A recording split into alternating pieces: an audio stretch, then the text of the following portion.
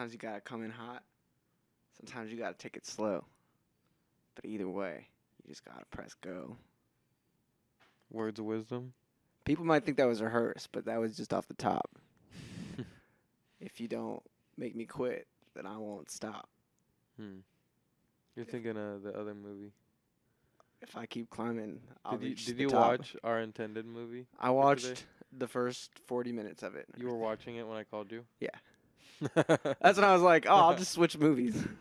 But it's all good. That's interesting. I was having fun where you watching left it. off. Where did you leave off? Just real quick.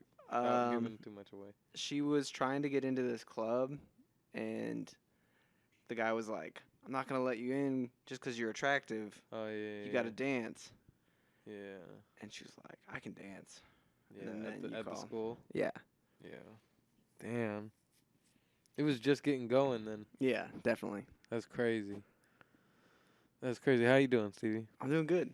I'm enjoying the summer. Feeling nice and bubbly. I was in Nashville last weekend. Now I'm in St. Louis.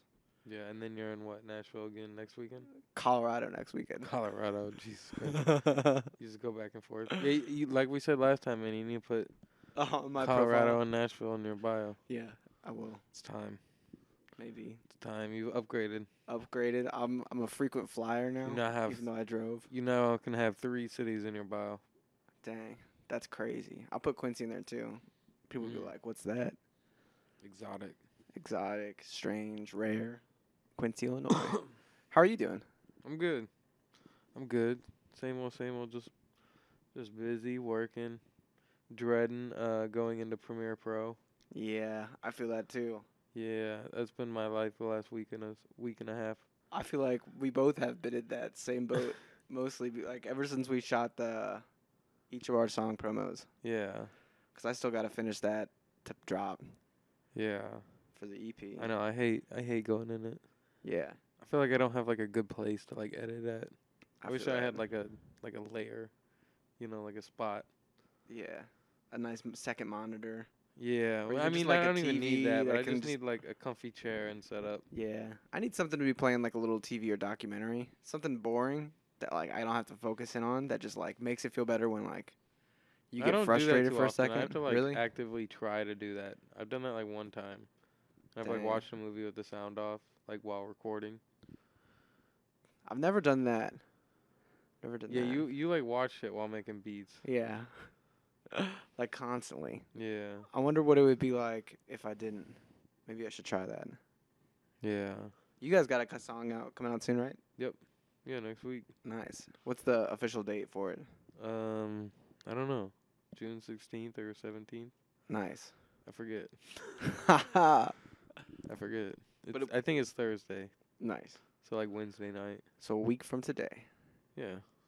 Yep. New odd numbers. Nice. Stevie just dropped. Air horn, baby. I didn't mean the Mortal Kombat, but. Oh, it's okay. Is that no? I mean Metal Gear Solid. Yeah, that's the sound. Yeah. Oh shit.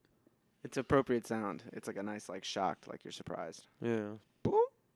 But you had a release. Yep. Fire cover art, killed it. Thank you. You shot that. Yeah, but I'm just saying like the edit. I appreciate it. It's fire. Appreciate it, yeah. It's so sick. That was dope seeing people share it. Yeah, I was really excited about that cover art once it all clicked together. It's funny because I feel like that might be end up being one of the few photos I used from that photo shoot, and I have like 100 photos taken by you that shoot. I mean, that's how photo shoots work. That is true. That is true. I take like 400 and only want one out of it. That is true. Sometimes, but that one piece of gold, makes it all worth it. Yeah, I used to try to get 3 shots. That used to be my goal, 3 photos. That's a good goal. Plus, I mean, there's a real value in editing things. I think that's like one of the biggest parts of creative process. Yeah, I've been trying to get into just like different types of edits, besides just like color correction and shit like that. Yeah, and I even mean just like being able to take down like 10 good ideas to like 2 great ideas. Yeah. You know what I mean? Yeah. No, definitely. But I'm excited for your guys' song to drop too. Yeah. Yeah, me too. Gotta get in Premiere. Yeah. Premiere. I kind of wish that there was a video editing thing that I could just like have it projected up, and just be like grabbing the clip, shortening it with my hands. It's like all these like little clicks that just get annoying. That'd be crazy. Or I still wish I still gotta figure out if you can edit to a BPM. Yeah, I think you can. I I need to don't know figure how that you out do it, but I've asked that before. because that would make things so easy. I would just start thinking about everything like I do producing beats. Yeah. But then it gets Track. interesting, I feel like, when you have like skits and stuff like that, and like, like opening sounds that aren't in the song. I don't That's know. true. I don't know. I do not know. No good solution. Premiere, if you're listening, just make your product more fun. Dude, I miss Logic. Or not Logic. Final but Cut? I miss Final Cut. Final Cut was nice. It was nice. It felt like Logic, and I love Logic. Yeah, it did. I don't even know why I stopped using it. Yeah, you just went to Premiere. I have been like watching a few videos trying to understand After Effects more, and it seems interesting. Doesn't seem as hard as I thought. That's cool. About to get some special effects going. I'm gonna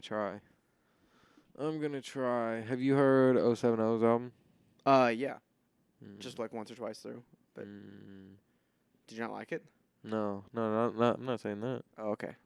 You were making like a I'm just like saying. you're about to be like shit's trash. No, I thought it was fuck no. I thought it was great. Ooh, why isn't this hooked up? That's terrible. We said terrible. It hasn't happened yet.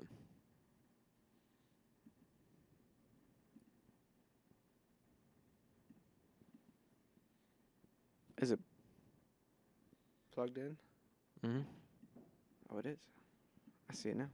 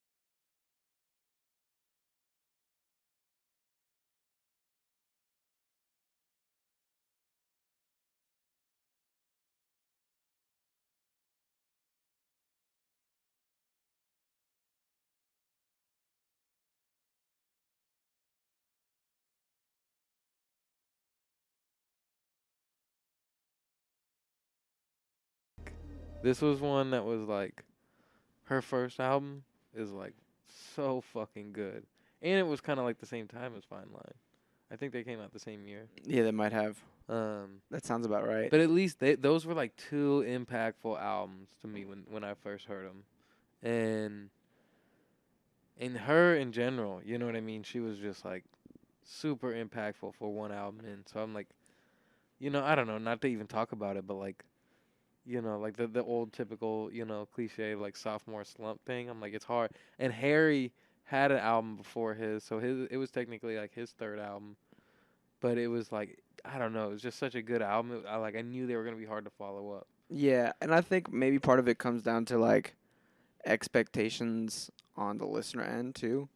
Yeah. Because people get so attached to like one original album Yeah. that like when the sound shifts, it just takes a little bit to get reacquainted Yeah. and like understand how they arrived at that spot. Especially if you remember like when Blonde dropped, you know what I mean, compared to Channel Orange, it was just like a little bit of a left wing. See, it didn't seem that crazy to me. The switch ups. Yeah, but Yeah. I understand why some people thought it was crazy, like like Blonde, like. But it didn't seem that out of the park for him. You know what I mean? Yeah, I don't think the Harry's was that much different. Yeah. Well, yeah, I was talking about Blonde and Channel Orange. Oh, okay. Yeah. I think Harry's are a little different too. I wouldn't consider it like that much of a switch up, but and Harry's is growing too. You know what I mean? Like some of the songs too. I'm like, I can hear how these are like hits now when I didn't hear like the like the big qualities in them before. I thought definitely. they were a little bit more experimental, and now I can hear like, I'm like, oh yeah, this one's gonna get ate up. Like Daylight, you can hear how that one's getting ate up now. Yeah, definitely. Did you see that video of the guy and he's like pointing out all the interpolation usages of other songs in the Harry album? No. It's like pretty crazy. Like a lot. Yeah. It's I mean, there's like 10 of them. He did that Dua Lipa song, right? Yeah, that's one of them. And like, just like, Take on Me is in like As It Was basically. Really? Yeah, I can just send it to you. It's like I'm impressed by the guy's ability to spot it. Yeah, or like I don't know who would have spot that. I mean, it might be, knowing Harry, like it's in the song credits. Probably. Like it has to be somewhere. Jeez, why?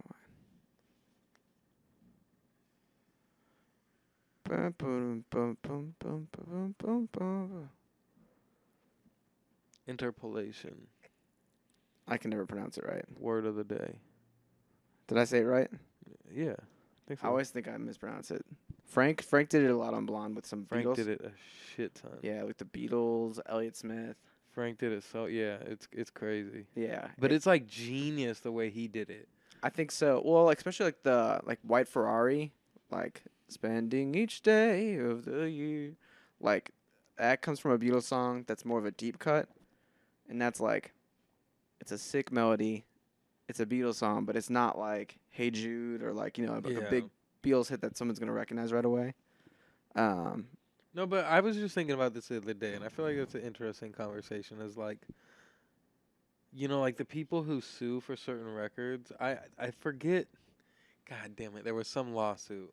It was the Marvin Gaye versus Robin Thicke and Pharrell. No. I mean that's a huge one. You know what I mean? But there was a recent one. Dua Lipa. There was a few with Levitating, and people were just like, I think they got thrown out eventually because people were like, No. Yeah. All right, the Dua Lipa. I think it probably was that same dude that you were just talking about, like pointing out Dua Lipa. But I was thinking about it too. But like, that was interesting because there is like her little like. I'm like, that is such a basic melody that I'm like, if they're taking that from that old song, like if they're being able to make money off that, like there is so many like rappers that like steal shit like straight up. You know what I mean? That would like. Not like trying to like, I guess like fucking point out rappers or anything, but like and not even rap, but like even like pop punk records. Like there's so many pop punk records that are the exact same things as something else, the exact same melody as Blink-182. That's exactly what I was thinking. I was at the Motion City actually soundtrack, way more than rap. Yeah. And like the opener, I was just like classic Midwest emo. Like they all have that like breakdown, and they like say like one phrase at the end that builds up into them going back into the core. You know what I mean? Do you remember that band Jet? Yeah. Dude, they were Dun, dun, like a dun, straight up dun, dun, dun. AC/DC, Beatles, Yes. who else knockoff? Like they did like they basically ripped off, like not ripped off, but they basically like recreated like Hey Jude, you know what I mean? And like Back in Black pretty much, and like Oh, definitely. Dude, they open up that link I sent you. Because there's a few of them that, like, he also points, like, multiple references to just to, like, drive home the point that, like, it's not a direct. And some of them are a little stretchy, but.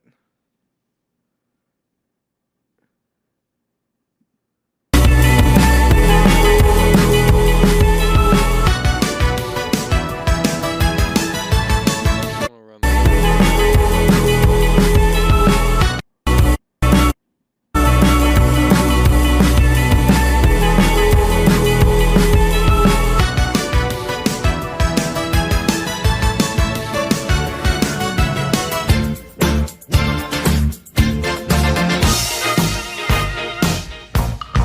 We've been doing all this late night talking about you. Moonlight, you're my behind you. Keep on your friends that I'm crazy and drive you mad.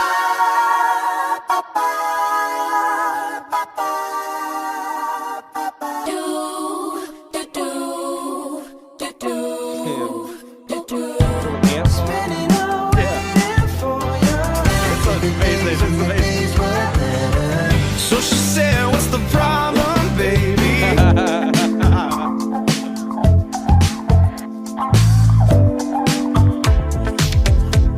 Oh, oh yeah.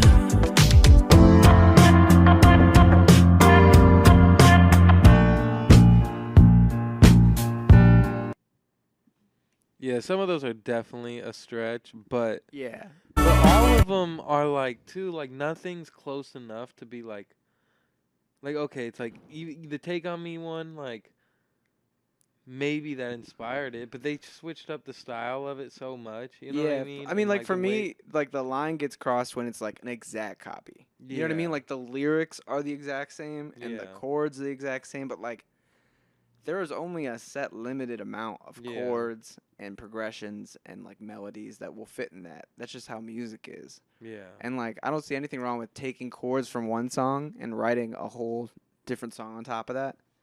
Um, I think it's how music has evolved naturally over time, but now that it's, like, commercialized in this way, maybe not even commercialized, it's just so readily available that it seems like everybody's just stealing. yeah, But I mean, like, if you think about it, like, even back to classical stuff, like, somebody had to learn from somebody else and get yeah. inspired by somebody else, and it led to. And No, exactly, obviously, 'cause sometimes people come from left field, but and there are people that I feel like elevate stuff, and there are people, you know what I mean? Like yeah, there that's is just true. a saturation of stuff now. That is You true. know, There like are often, like, the innovators who start a sound and, like, the people that take that sound mainstream. yeah, yeah, and also just the world we're going into is just a little bit more like, you know, I don't know. We talked about a bunch, but like the way Spotify and stuff is, it's like people have like their stuff they listen to, and it doesn't even like you don't even have to be like big anymore to be someone's favorite artist. Nah, you just have to make the kind of stuff they want to hear. Yeah, you know, like you just if you know sometimes people come across you on playlists and Sometimes people like Midwest emo and they just find a random small Midwest emo band and they just love it. yeah, There's something, like, intimate about discovering music too that, like, it feels really nice. yeah, Like when you have, like, an artist, even I don't know, yeah, just like when the artists I love drop a really good song, yeah, like the small ones, it feels so great. I'll play it all the time. I don't know. yeah. I mean, Or like when you have an artist that you love and then you ask them to do an interview and then they funny. say yeah and then do you think they're not gonna do the interview and then they say that they will again? That's a roller coaster of emotions. Yeah, It's called fan artist relationships. yeah. Bitter Yeah, st- I love finding small artists. There's so many small artists that I feel like are like some of my favorite artists, you know? yeah, I mean, like, some of the people I'm most inspired by currently are Yeah. people that you categorize as Haji's small. in there, man. Like Haji's one of those people that's like super dope, you know. And I mean, he's got a decent following, but you know, Yeah. um, Shit, Frex. I was just about to say. Yeah, Frex has been. It's been cool seeing like the response to Oxford Circus. But I got a bone to pick. She said she didn't have a label. She She might said I not. did this with no label, but what is Boom Records? And Could I be saw. distribution. Yeah, That's not a label though. yeah, but it's something. It is something, She but said, it's not a she label. said I did this all by myself. No label, no nothing. I mean, to be fair, there's no one probably like Yeah, setting up these. Like, I know. I looked at their shit. Yeah, It looks like a small little thing, but I know what you mean though. yeah, Hey, that's classic marketing right there, 101. yeah, yeah. But she had the TikTok hit. That's true. The algorithm blessed, but Yeah. it's a great song too. Yeah, it is, and it's simple too. Like I like that she didn't like overdo it. You know what I mean? I like that it was like more natural too. Like a lot of her, a lot of the shit she's put out before that recently has been like a little polished. no, not polished, but like like a little bit more like I don't know.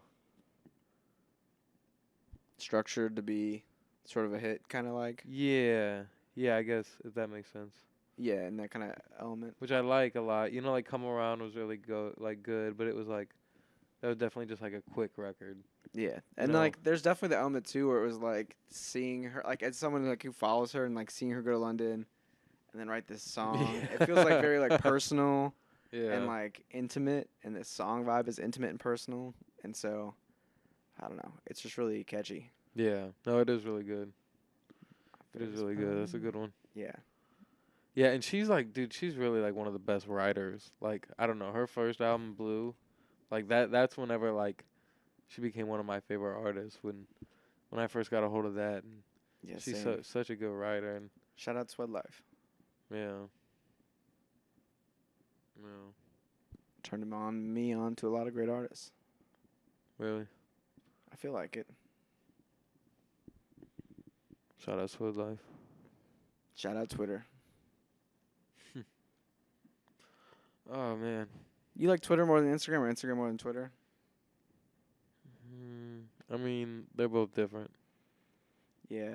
Instagram, you get like envy or like feel like less great about yourself through like material. You know what I'm saying? And then like Twitter, though, Twitter just makes me mad. Yeah. Pick your poison. I don't know. I like images. Words are fun too, though.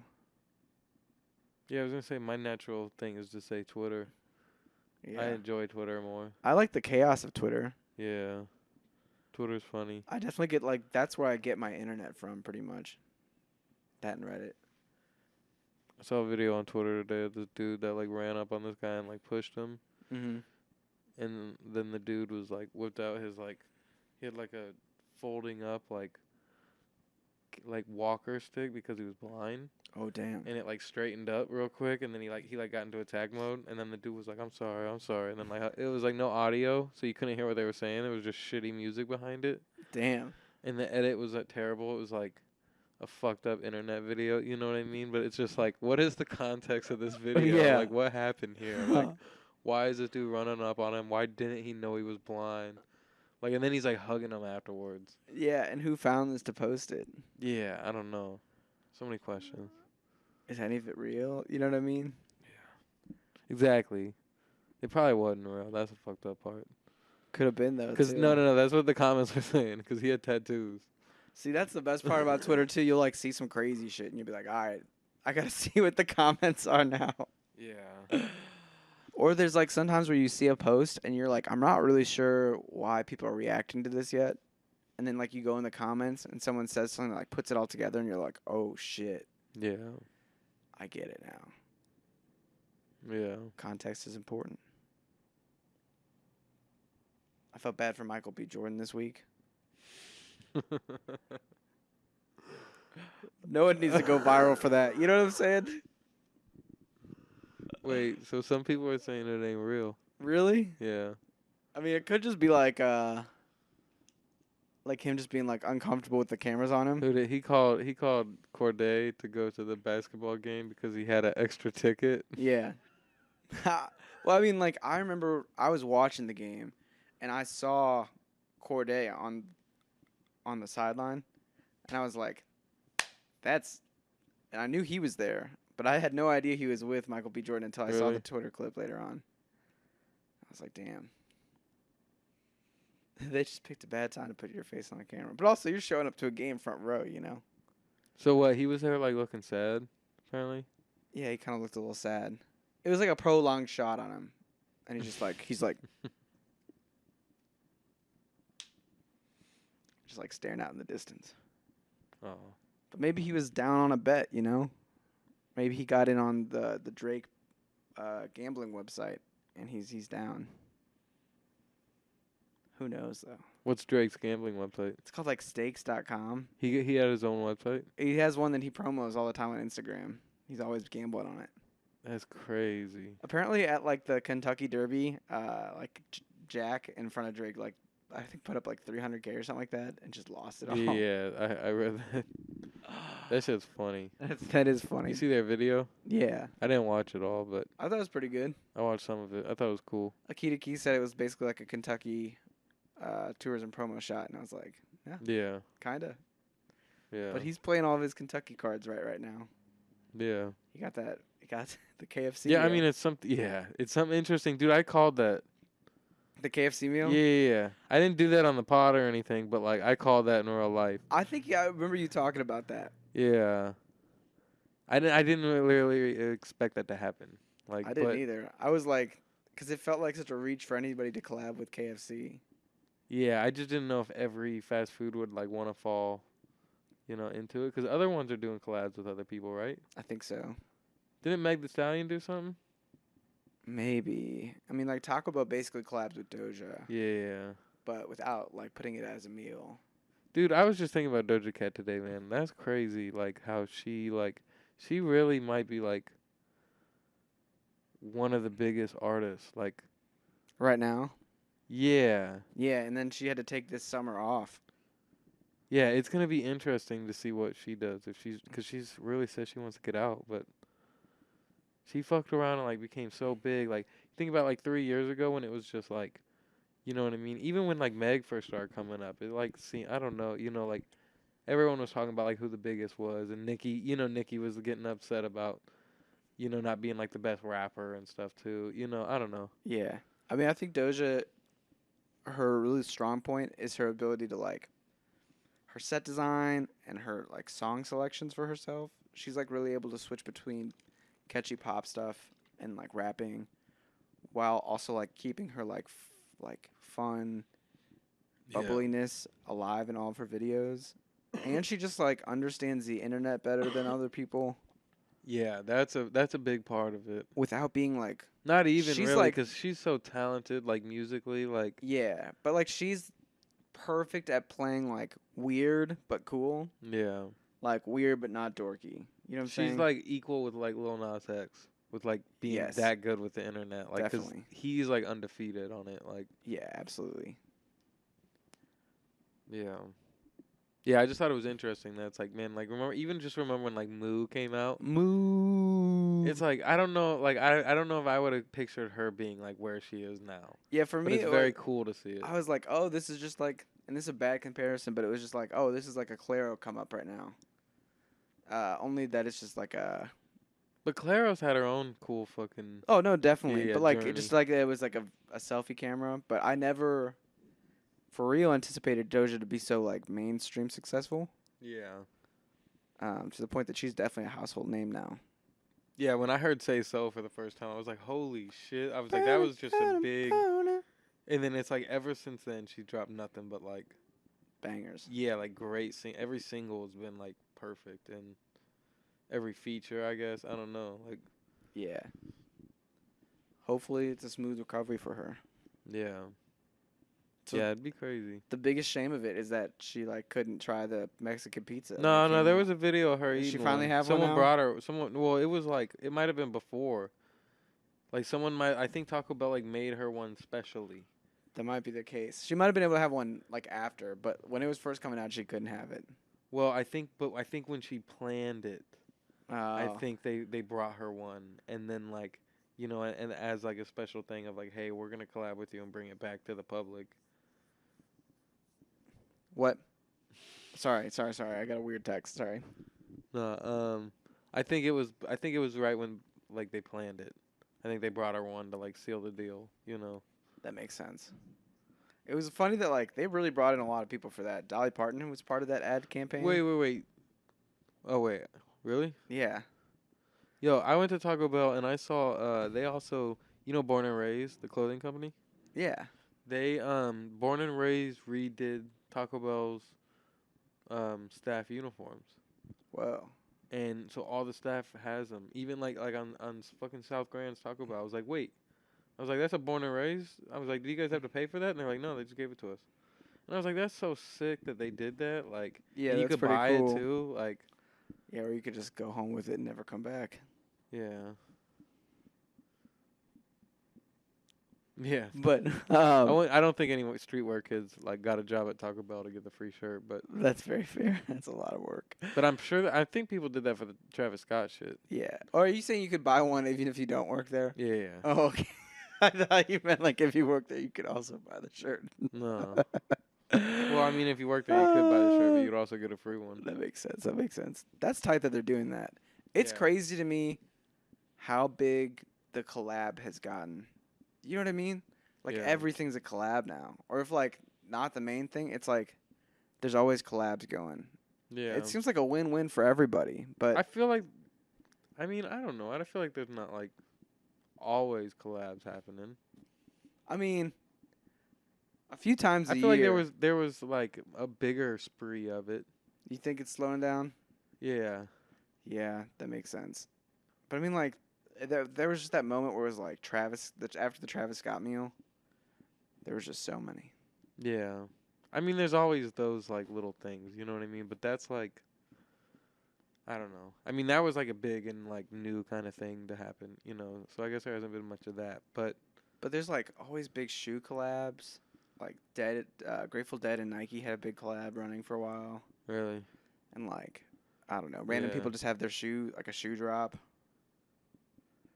It seems like a win for everybody. Like you're either a big corporation, you're getting some cool boost from like collabing with a cool brand, or you're the cool brand and you get a little money. yeah, I guess I feel like there's like so much like just corporate collab shit that it like goes under the radar. Yeah. You know what I mean? Like, but then there are people like Converse like started it and like I think it was Tyler, but Tyler was like handpicking artists to do like Converse shoe series. Yeah, that was cool. And there was a lot of cool people. The dude that did fucking shit like Stacy's Warehouse or some shit like or Stacy Services, this really cool clothing brand like did this pair of Converse that I like wanted so bad that they sold out quick. Damn. Yeah. Yeah, that's always the shitty part too about these collabs. That's why I'm not like a consumer anymore. Yeah. It's like tough. Like I feel that too, especially when it's like, and then if something is available, it's like I almost don't want it at that point, like yeah. And there's this element of like if you were famous and like rich, you'd be getting that for free. yeah. And that feels kind of weird. Yeah. Because then it's like, well, That's those the are the sick people part. that can afford it. Rich people wear nicer clothes than all of us, and they don't wear them more than once a lot of times. At least like some people. That's wild. We got to find out where they live and just start dumpster diving. But then it's like I was talking about this the other night, but it's like the people who like set fashion are like people who don't give a fuck, like Adam Sandler. Adam Sandler has been super impactful to fashion, and like even like hate to say it, but Shia LaBeouf, like he was super impactful. Kanye West didn't give a fuck about what he wore. You know what I mean? He does, Yeah. but he doesn't. Well, like, it's like he'll go wear like some fucking like Lowe's like like duck boots. it's not that he doesn't care. He just doesn't care what the trend is for the moment. Because Yeah. he's just setting the trend by being whatever Yeah. he thinks is cool for the moment. If that makes Yeah. sense. And then there are people who successfully like ride the trend, who are like really good at adapting. Like John Mayer's pretty good at adapting, I'd say. Yeah. Like he's not necessarily like a front runner in fashion, but he adapts. Yeah. Or like Frank is like a front runner. Well, there are a lot of those like LA people that like they'll be like, I don't know how old John Mayer is, and not saying He's he can't- closer to 40 than 20. I was about to say he might be closer to 50 than. Oh, now I gotta look it up. Yeah. I don't know, bro. But there are those people that are like pushing 50 that are like dressing like what I would think is like a fucking 24-year-old, which is crazy. It's crazier to think that those people have probably switched up styles like 12 times in the last, Yeah. like their lifetime. But I get it too. You know what I mean? Like I don't know, it's just so funny. Like Damn, yeah. How old is he? 44. Oh, okay. But I mean, like, Yeah. I thought he was like 38. Okay. So he is like, I gotta figure this out now, cause he plays in Dead and Co. Really? Yeah, he's like essentially the Yeah. Jerrod Garcia no, I knew replacement. that. I don't know why I said really. But he really holds his own. Yeah, I next- mean I can imagine. Especially next to, but like Bob Weir's, let's see how old. Bob Weir's 74. Dang. So that's like the equivalent of like, if in like a few years we started a band, and then like 30 years down the line we had like somebody who was born the year that we started the band in the band. Time is trippy. Yeah. No, it'd have to be like 44 if he's 44. Yeah, but I meant like, so like we started the band, had it go on for a while. Now we're 60, and they're maybe I see what you're saying. Go on for 40 years, and now we're 70. He's 40. You want to join the band, bud? Sure. I'd love to hang out with you 70-year-olds. I mean, it's Grateful Dead. Yeah. I bet it'd be fun to hang out with 74-year-olds if they were chill. Or not. Who knows? Yeah, I don't know if I'd want to hang out with the Grateful Dead. I think I'd like to hang out with them now. They're a little bit chiller. I'd probably like to watch like a jam session. That'd be dope. Yeah. That'd be dope. I think it'd be fun to have like a conversation. So I with would one of hang them. out with them. Yeah. Just being like, I don't know. They've probably played more live shows than any other band, Yeah. or at least Bob Weir. Yeah. I could see that. They were part of the people who like innovated live shows. Because the Yeah. Beatles couldn't pull it off because they were too big. They probably have like some of the most cover bands too. Probably. Like I could think of a few that are just. Yeah. I mean, there's whole festivals that are built off of bands covering them. Yeah. You know, and that are fucking famous. You Oh, know? definitely. I like wonder if jam bands is an American thing. I don't want to say it is, in case I'm wrong, but I think that. I might mean, be I'm the sure case. they tour some. Well, I mean, like if it's like jam band started in America, Maybe. it's like came from jazz and blues type stuff. Yeah. Who knows? I mean, it probably got popular here, like a lot of things. But there was probably yeah, the a Dead version definitely of it pushed it. somewhere. The Dead definitely pushed it. Yeah. But who knows? It might have just started here. You know what I mean? If you want to claim it, go for it. But I'm not gonna. No, I'm just kidding. I'll claim it. I'll claim it for us. It's America now. That's just the American way, baby. That's a bold statement, Stevie. What? Saying it's the American way? Yeah. I could see Dutch people have created jam bands. Yeah, but not like rock and roll jam bands. I mean,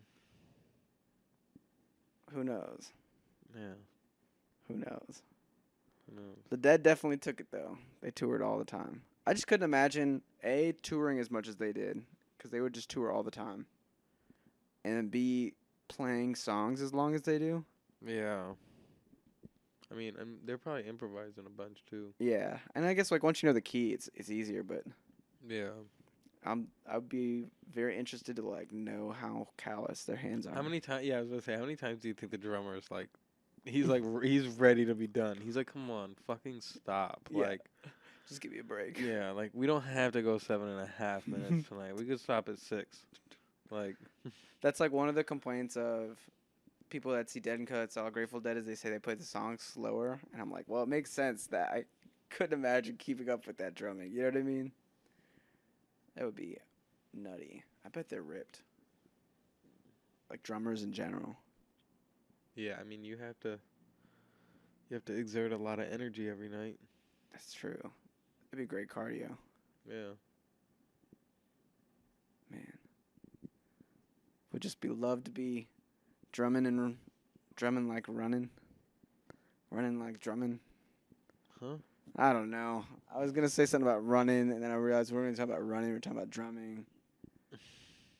It was a bad attempt to segue, and it just failed. Why are you trying to segue into what? I don't even know. I don't even know. Did you We're watch? losing it, man. Did you watch the season premiere of The Boys? Yeah, we do. It's like 40 minutes in. We forgot about TV shows. Hey, now we're here. Yeah, I watched it, man. Now it's a hard time thinking about everything that happened. Because I watched all 3 of them. You watched all 3, right? I watched all 3. I almost am a little upset that they gave us that. I mean, yeah, but I think they did a perfect job of giving us like what this season's gonna be, Yeah. and you feel like all of the arcs were properly set up. Like everybody Yeah. had a different direction they were already headed in. So what exactly happened in this? So Well, I first know they brought in. they started off with peacetime, which was cool. Like everybody was chill for a moment and had a moment to like enjoy life, Yeah. which felt good. I know, but it felt fucked up because I was like, Starlight and Dude are too good already. I was like, this is bad. Yeah, I was like, and I like them together. and it was like want peace for it's them. going too smooth for him working at for like the what was it the FB. Yeah. Dude, Federal- and instantly in the first episode, he finds out old girl. Or he, I think it's the second episode. Okay. I don't think he knows until the second. But yeah, that definitely flips the switch with him. Yeah. then you I didn't have- think they was going to do that already. He got Butcher had a nice like time with his son, and I guess Mother's Yeah. Milk is the one that's down bad. I didn't think kinda. Mother's Milk was going to flip already. Like, out of, like, Yeah, and being he was at home with his supported. kid. His flip was supported, which Yeah. was nice, and encouraged, Yeah. which was cool. Dude, that opening scene with the Ant-Man guy though, I was just like, oh, we're back to season 1, baby. Like this is crazy. Dude. I knew it was about to happen. Not knew it, but like I was like, oh, Termite? yeah. I love it because it like it spoofs on that Ant-Man meme on Thanos. Do you know like where Yeah, people yeah. thought that Ant-Man was gonna Yeah. go up his butt, and that's Yeah. what would have happened. Yeah. What happened? How did he get scared? He didn't. Oh, He who? got scared, and that's why he got big No, inside of him. he was like scratching, and he like had a sneeze. He sneezed. He like something like got him a little allergic in there. He like sneezes. He goes, "Achoo." I know. Okay, so but why would he sneeze if he was in there? I think there's just something that like Oh. that was in his Yeah. urethra that like made him sneeze that he might have been allergic to or something. You know, like just like the similarity, like if you go into like a dusty ass place, I don't know. Yeah. No, I Like get you're it, just I getting get it, like stuff I in your get it, nostrils that get you're it, trying. I I don't get know. it, I get it. But it was just like, I oh get it. shit. And then he was like, when they were trying to stop him, you were like, Yeah. oh my god, he could do that to them. Yeah, dude, The Boys is so fucked up. The Boys is like next level, like this. It's like the evolution of comedy. I think it's like how like a movie. You know how like, I mean, it's laughed upon now, but like you remember when Hangover came out? How it was like, holy fuck, this is just like crazy. Like, Yeah, You know, everyone was like- going nuts for it. yeah, like that was like the next big comedy, and I feel like there hasn't even been big comedy since that. You know what I mean? And I think they do a great job of keeping it rooted in something like meaningful or like making a point, but it doesn't feel too forceful. yeah, Like it's a very great parody on like current situations yeah, and like social climate, but also like parodying like Marvel and like DC comics. yeah. But also, it's just fucked up. You know what I mean? Like there isn't, like comedy has kind of changed into a sense, and I like where it's gone, for like certain things, because there's comedy in everything now. Like Marvel has to have comedy. Like romance movies have to be funny. Like everything has to be like funny now. But comedy's kind of died, and this is like, yeah, this is just one of those things that's like, holy shit, this like pushes the boundaries and like, Yeah, especially with like the gore and the violence. yeah. To where it's not even like this season, it almost isn't even that funny. You know what I mean? Like it's been pretty fucked up so far. It has some funny moments. Yeah. But like a lot of the funnier moments are just like LOLs on like how real it feels. I don't know. Yeah. The whole like storm chaser being like called out as Nazi and then them like Bro, her being in the bed like that, and Homelander has the most fucked up scene. He has like 3 fucked up scenes already. yeah. The one where he fucking makes her fucking jerk him off on her birthday or whatever. And then he like like doesn't he like lose out on it, or like he like talks too much and then like ruins it? Yeah, he ruins it. You know, he ruins it on his birthday, and it wasn't even her birthday, but yeah, dude, that shit was so sick. And then the girl that was gonna jump off the building, Yeah, that was fucked up. that was crazy. I kind of love that they're just letting Homelander be unhinged this season publicly.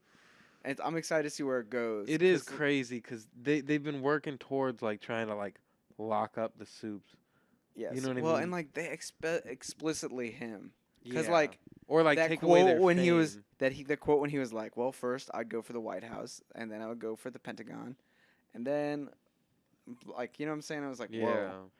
And then No, he's he's like just fucking now with realizing. Starlight as much as he can, Yeah. and she's kind of fucking with him back.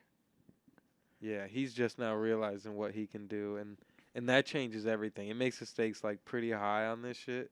Cause now I'm thinking too, like, what's to stop him from finding other people that feel that way? You know what I mean? Like, that's the thing that I don't think people have thought about yet.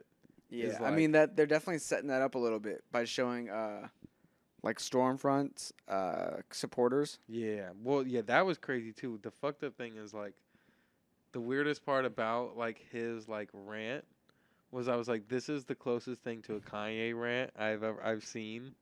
You know, like depicted somewhere to where I was like, I wonder, like, I don't think they're parroting Trump in this. Like, I don't know. I mean, they kind of it's a combination of just Yeah, just politics in general. or just like the weirdness that exists with people that just say how they feel, and regardless of it being like kind of fucked up and like not chill, Yeah. it like People gets, are like, yo, oh, he's speaking his truth. You know yeah, what and I it mean? gets like he's- people excited and like Yeah. people going. and he also throws in the like they're lying to you. You know what I mean? Like Yeah. they're all lying to you, and like Yeah, I mean like, and there's like sort of a truth to being like you're being controlled and you don't realize it, type of stuff, but yeah, not necessarily the way that he's saying it. I don't know. yeah. And like It was crazy how Mother Milk's wife's new boyfriend or whatever was like super into the seven. Yeah, he was in the Homelander's like speaking his mind. He was in Yeah. the Homelander's speech and was just like, oh fuck yeah. He was like the Yeah. character they showed. To, I like, thought it was funny that he was like, "Yo, we're growing up for Homelander's birthday. You want to slide?" And it's like, oh man, could you imagine yeah. growing up for somebody's birthday? Oh man, and the flashback scene was kind of crazy too. With the agent and like seeing the superheroes start off Yeah. and like how they had started to get. Well, cause Soldier Boy is about to pop out. Like they've shown that in trailers, right? Like I'm not crazy. Like I think so. Unless Soldier it's a Boy's flashback. about to. Well, I think he cause they showed him with like a beard on and stuff too. So I think he's about to pop out of like a. I mean, it would be crazy if it seems like maybe they're setting up sort of He's an frozen alliance, somewhere. between Homelander and Soldier Boy, Yeah. or Well, that could be crazy too if he's frozen and Homelander's no, like, he's let's. frozen somewhere. But and then also I've listened to them talk about like the season, like their press tour, and so that dude, his name was like Jensen something, and he's talked about, and this was the thing I thought that was interesting. He said that it's like, he said Soldier Boy's coming in, and Soldier Boy's like an alpha, just like Homelander and Billy the Butcher, and he said it's pretty dangerous when you get three of them like together, you know. And I'm like, how does Soldier Boy come in the mix of them two? Dang. Because their battle is like the whole show. You know? Yeah, I wonder if it's gonna be something along the lines of he was neutralized by a different country Yeah. and just like taken out, and they I think didn't Russia want. froze him. I think and he's like Bucky and Captain America mixed together. That'd be cool, and they like didn't want to like let. They made it seem like he's dead, so it didn't seem like they lost an asset. Mm-hmm. I don't know. I'm very interested. It's a cool like mix up or like Yeah. add into it. I'm interested to see how Butcher keeps responding to this. The V thing that was sick when he was like on it and he was like knocking dude out, but It was weird seeing Butcher and Homelander talk. yeah, that was a crazy scene. Yeah, it made me think like what's gonna happen with them? Like Oh, they're definitely. it makes me think that they're more alike than They are more like than different. I think the only difference is what they're fighting for. yeah. Because like Homelander is sort of not fighting for anything but himself. Like pretty much the whole time they're trying to keep Homelander subdued from the fact that he could just destroy everything. because he could. And Butcher is fighting to stop Homelander from destroying everything. On top of, is his wife dead at this point? Did she die? Mm-hmm. Who killed her? The son. Really? Yeah. On accident? Yeah. Damn. Yeah, because Homelander was, I think, trying to kill her. Oh, that's right. I gotta rewatch Or no, season 2. Stormfront was. And I Yeah. think he lasered Stormfront and... It was something like that, because Butcher does like try to use that as his like, I don't love you, kid. Yeah. But like, you know, clearly, I think the Sun's gonna do some crazy shit this season. Not bad, but like potentially like good crazy. Yeah. Because it seems like they're setting up kids having superpowers a little bit. Yeah, I mean, kids have... Yeah, I always had them, technically. Yeah, You know. that's But they're just showing it more now. that shit's like extra fucked up when they go to the orphanage and it's like implied that they're there because they killed their parents on accident. Mm. And it's like a little bit more messed up considering the fact that like the parents probably signed up to have the kids get powers. Yeah. And so it was like, They knew. well, it was their own demise. Yeah. Their like desire for their child to be a superstar. Dude, I watched The Boys Diabolical. Have you seen that? No, is it good? It's all short stories. It's all, animated, right? yeah. And the first one is crazy because it's just some like, it's literally like some I Love or like I don't even know. It's like some old like Bewitched, like the little cartoon like style of it. It's like, it's very like old cartoon like sitcom-y. You know what I mean? Has like a, you know, I don't know, just like a weird vintage vibe to it. But it's like this dude, he works for Vought, and he like he's like a scientist, and he like basically test the babies, you know what I mean, like the kids that are like have the superpowers, and to like see if they like can get them to control it or not. And they basically were like exterminating the ones that like Couldn't. yeah. That's And he like just loved this fucked up. one little girl who had like a laser beam eyes. And they had to And- kill her. Yeah, and he didn't know that they were exterminating. He just knew that he like checked them as like not complete, you know, and then they would disappear more or less, and then so he like tries to take her out, and then, you know what I mean, he's like trying to sneak her out of the building, and then she gets away, and then finally the bodyguard at the very end of the door like notices like, oh, this baby's crawling away, and then goes after her, and then she just lasers him in the middle of it, you know, and it's like, then it turns into like, you know, he's like, oh shit, and he grabs her, and then she's basically a weapon, and That's crazy. yeah. The thing that's nutty about The Boys compared to like other superhero stuff is how punishing a lot of the superpowers are.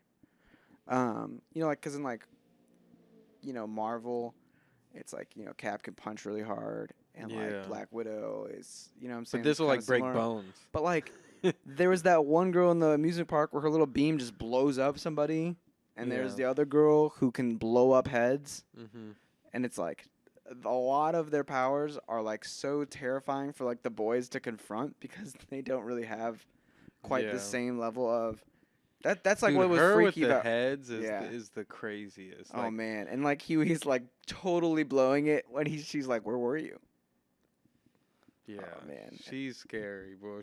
That was the fucked up part about season 2 is the way it ended with just showing that was her, Yep. and I'm like, oh my god. But they're setting it up like I think she is gonna like win vice president this season. That'd be crazy. I think she's gonna be like the way. So if they can get her as vice president, she can just kill the president, or someone can kill the president, and then she's in there, and then bam, Honestly, superheroes in the she military. just has to get Secretary of State. You know what I mean? yeah, Or whatever the one is that becomes vice president once the president dies, because they don't even need to be elected on a ticket. They can just be added on to like the cabinet of the president that comes into power. yeah. And so then she just has to kill the vice and the president. One move. Boom. Because I'm very interested to know what Vought's like end game is. Like I you mean, know, they're just trying to get superheroes in the military and like just get them like yeah, but I kinda feel like like there's like a deeper motive. You know what I'm saying? Beneath that, I don't know, like world takeover, but maybe I don't know. I'm Yeah. interested. Like there seems to be like they want to do something with the Compound V that like extends past superheroes, yeah. which I think is interesting. The one dude knows how to play a fucking villain, man. I'll tell you that. Yeah. Like one of the best character actors of all time for TV villains. Yeah. He hasn't really done any big movie villains, has he? Not really. I can't think of any off the top of my head, but That's he's- crazy. Breaking Bad, Better Call Saul, um, Mandalorian, The Boys. He's in something else too. That's crazy. He hasn't done like a big. I'm sure he's done some. I'm sure he has. I'll find out right now. He did Far Cry 6. So all right. So that girl that could blow up heads. That's his daughter. That's his like Adopted daughter. But more wait, or less. also Not his, even. That's not also his wife, is it? No. That's what Ian thought too. I Well, guess. it's because like he was hanging out with her daughter. I It think was like he's your just. mom's coming. I think that's like grandpa. Oh, okay. I could be wrong, but and I think he's like a loose. I don't even think he's like a real adopted father. I think he just. I mean, I think he did adopt it, but I think he was just kind of just raised her to be like. Like a soldier. Yeah, bro. Soldier Boy is definitely frozen. I'll just say that. Yeah. There's no way they got an actor to play him this young, and he's gonna be like as old as he's supposed to be. Yeah. No, they show a clip in the trailer of him like busting out of a chamber and he like falls down to the ground and then he like gets up and he's got like a full beard and shit. He looks just like Cap in Infinity War. He's in Do the Right Thing, Really? The Usual Suspects, Maze Runner, Trading Places. So what's up, Stevie, man? I offered you the ultimate movie club field trip tonight and you turned it down. Well, I just didn't know when we get movie club in this weekend. Well, you said Sunday. Well, Sunday like night at like 8 or 9. Hmm. I got my D&D on Sunday for Hmm. most of the day. I wanted to see it though. Still, I think it's funny that you haven't seen the first one, Yeah.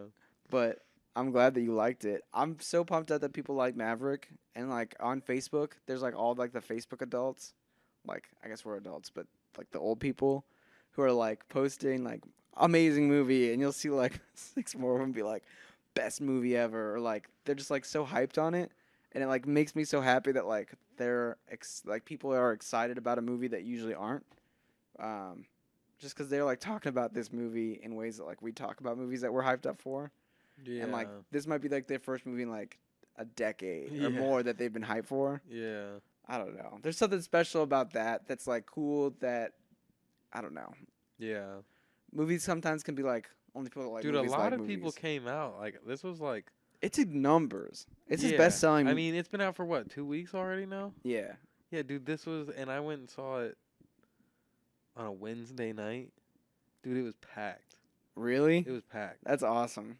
Yeah, it was full house. I stand by it, man. This is the Infinity War for nostalgia 70s, you know? Yeah, no, they really did it, man. I heard a lot of people talking about it and said like, oh, like it was one of those ones that like, I feel like multiple people were like, yo, drop what you're doing right now. Like, stop listening to this podcast, stop watching this video, and go see it. And I was like, all right, I've had enough of it. Like, just very rarely do people talk about movies like a lot. You know what I mean? Like, and like all like, pretty much say it's a great movie And for it to be, because like that's how I feel like everyone responded with Everything Everywhere. Like people were Yeah. like, go see this. Dude, But A24 dude, that shit is still at Esquire. that's That shit like awesome. left and came back. That's so cool. They're Just like really- Morbius. Dude, yeah, but they're really pushing that, and that is like, I was like looking at like that's like the biggest movie of the year. Yeah, so I think you far. can buy it digitally now. Really?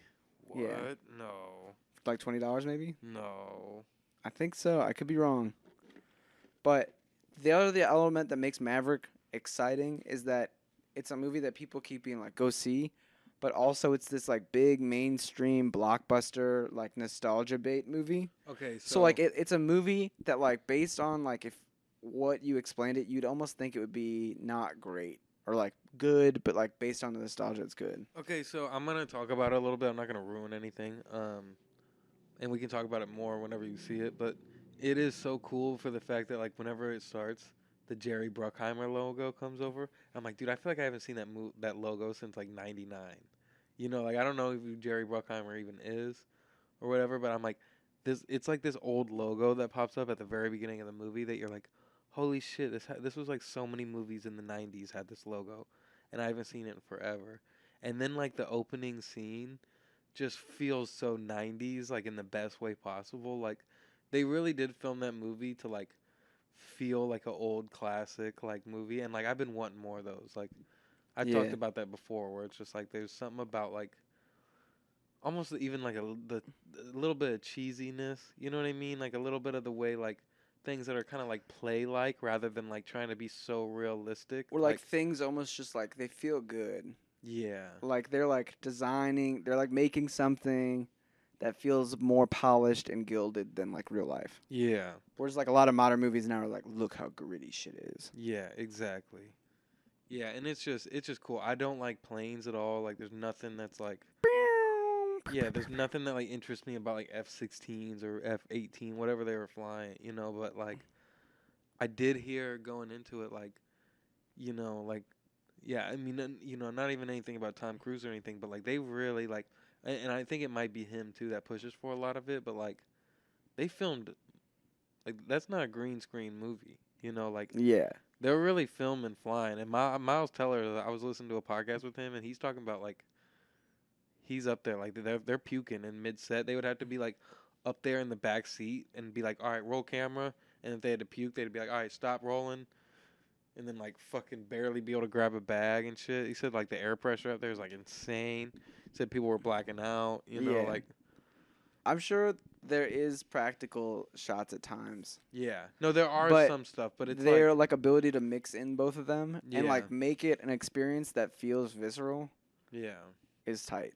But yeah, but there's like, but so much of the flying shots too. It's like you can tell. It's like this can't be faked. You know, like Well, yeah, and I mean like it could be faked in the sense that if it's a long shot and you can't see him in there, yeah. you could get just like a regular yeah. pilot Oh to shoot yeah, that. yeah. Of course, yeah. They. I mean, I know Tom Cruise or none of them were flying. Yeah, any of them. actually, like it's specific. Do you know Yeah. like the Tom Cruise quote on it, or not quote, but like story? Yeah. It's like they paid like $11,000. I forget for like the rate, maybe an hour,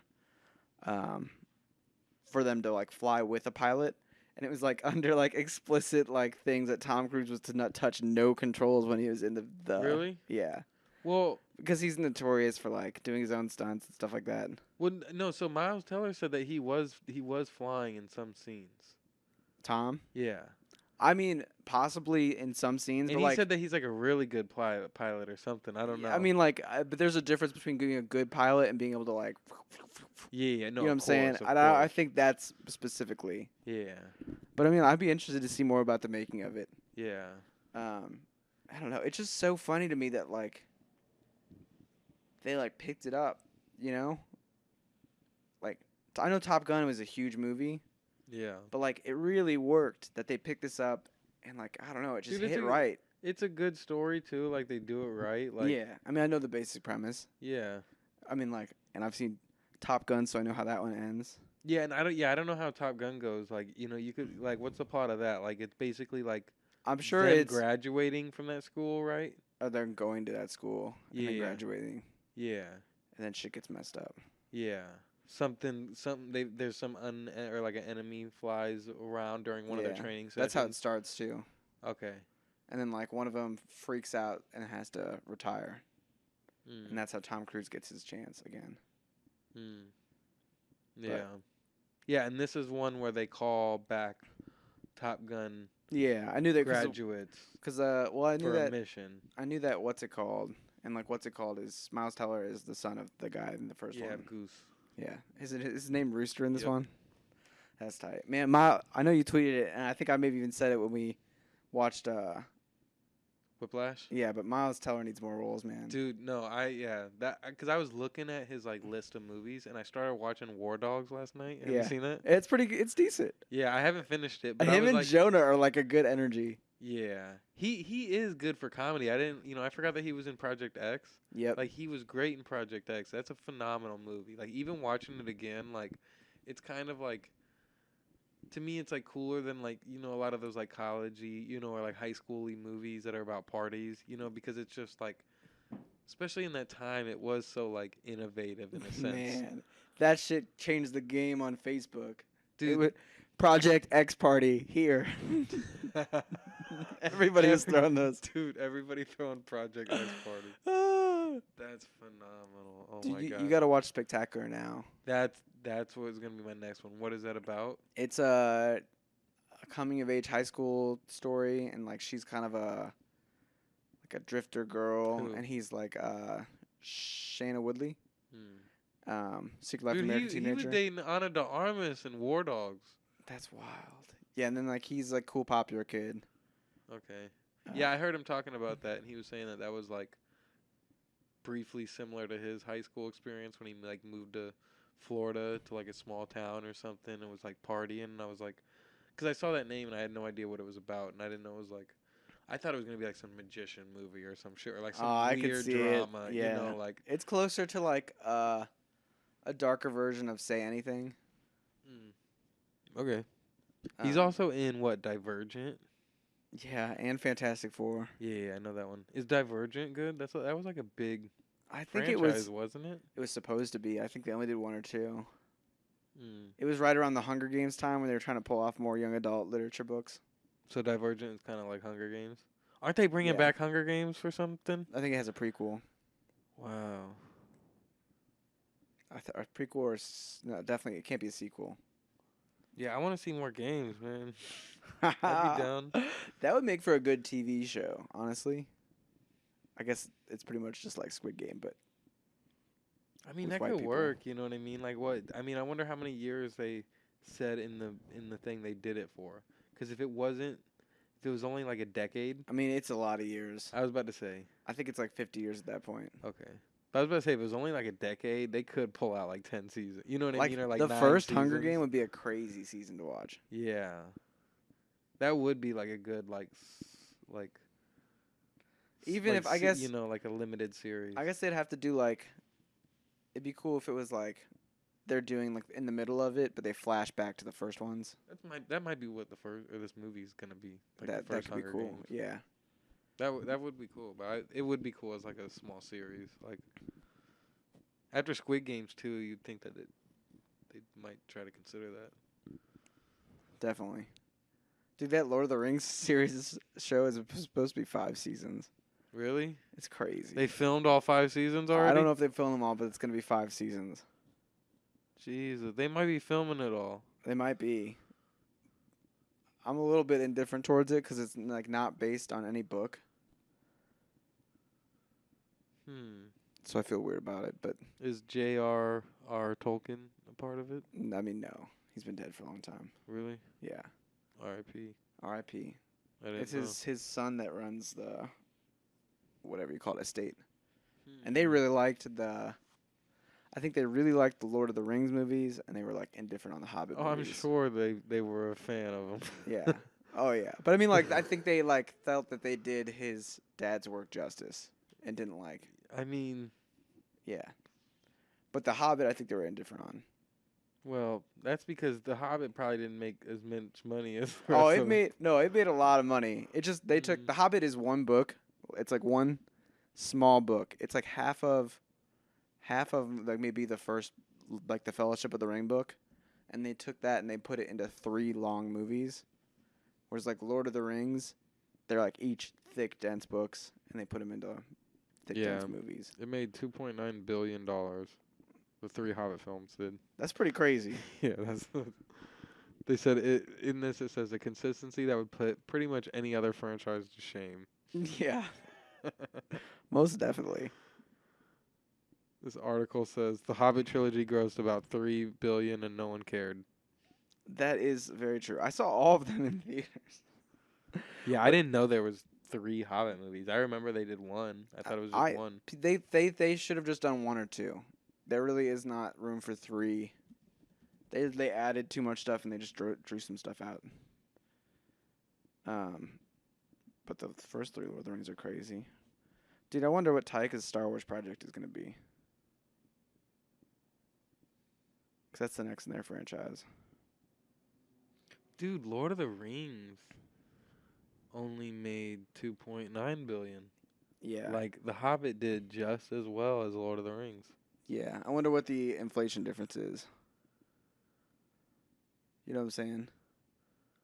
What, like the Hobbit being Newer. yeah. Just like 10 years later.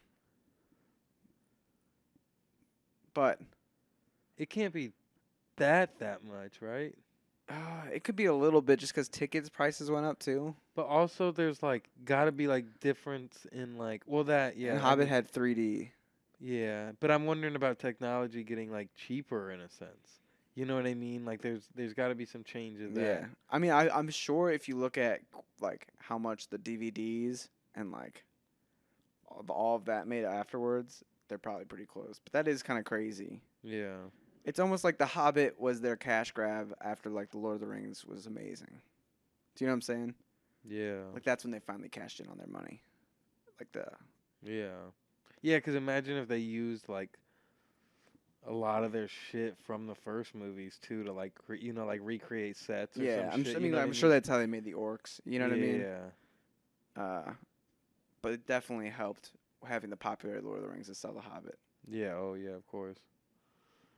Of course.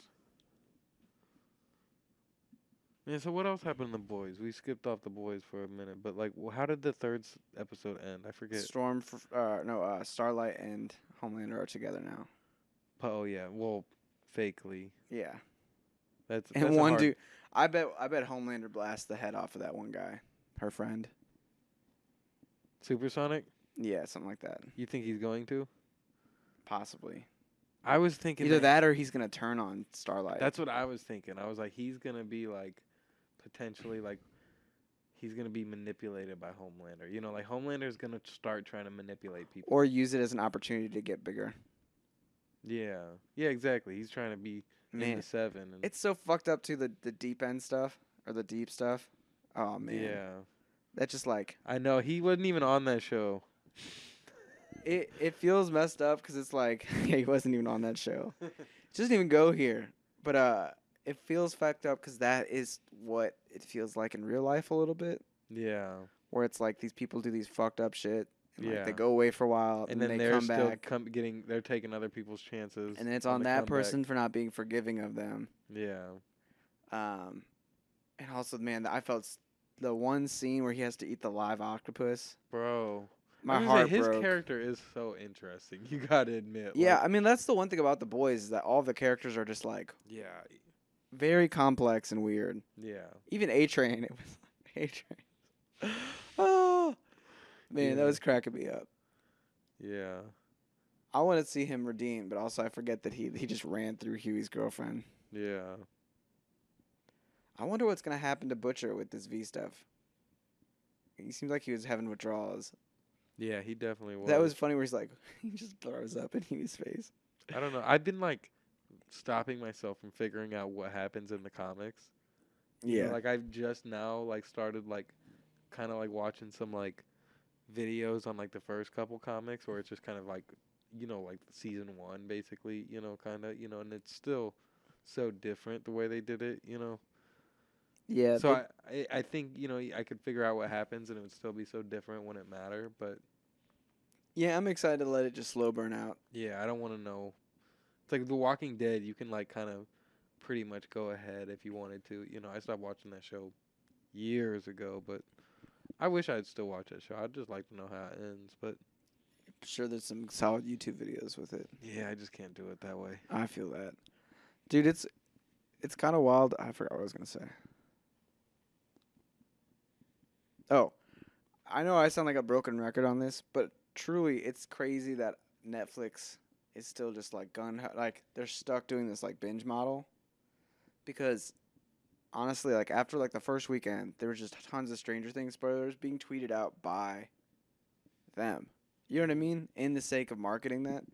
Where it's like The Yeah. Boys at least has this like week by week you can market what was in that last episode and like really soak in the content. On top of it, it's just like I'm gonna be tuning in every week. Yeah, and even them, I've noticed that they're being like, at least I follow a few of the people, like the actors on The Boys, and they like aren't really spoiling it. You know what I Yeah. mean? They're like, Maybe post some behind the like Yeah, that. when James Gunn was the master at it, where he posts like behind the scenes how he shot that, blah blah blah in the episode. what? Yeah, like while it was releasing. Yeah, like Yeah. little bonus clips for the people that are super fans enough to be following him. Yeah. He had a funny tweet this week that was like somebody had quote tweeted a tweet that was like, "Who was famous that went to your high school?" And they were like James Gunn, the teacher who did The Exorcist, or like who was a part of like The Exorcist. Not the movie, like the real thing. And then like one other person, I forgot who they said. That's the high school I went to. And James tweeted it, retweeted it. And he was like, "That guy was actually my teacher, the guy who did The Exorcist." And he was like, he seemed like he was haunted, and he was like always very drunk, and like he was a very creepy teacher to have because it seemed like he like was really messed up by it. And I was like, damn, that'd be a wild. That was a funny tweet he had. Well, not like hilarious, like laughing out, but I thought it was interesting, like Yeah. funny as No, I'm in just fucking with peculiar. Yeah. No, that is weird. Speaking of funny, that's actually just messed up. Yeah. Yeah. It's hard. It's hard to switch over, but No, not. I guess we will. Yeah. I guess that fits with it. So.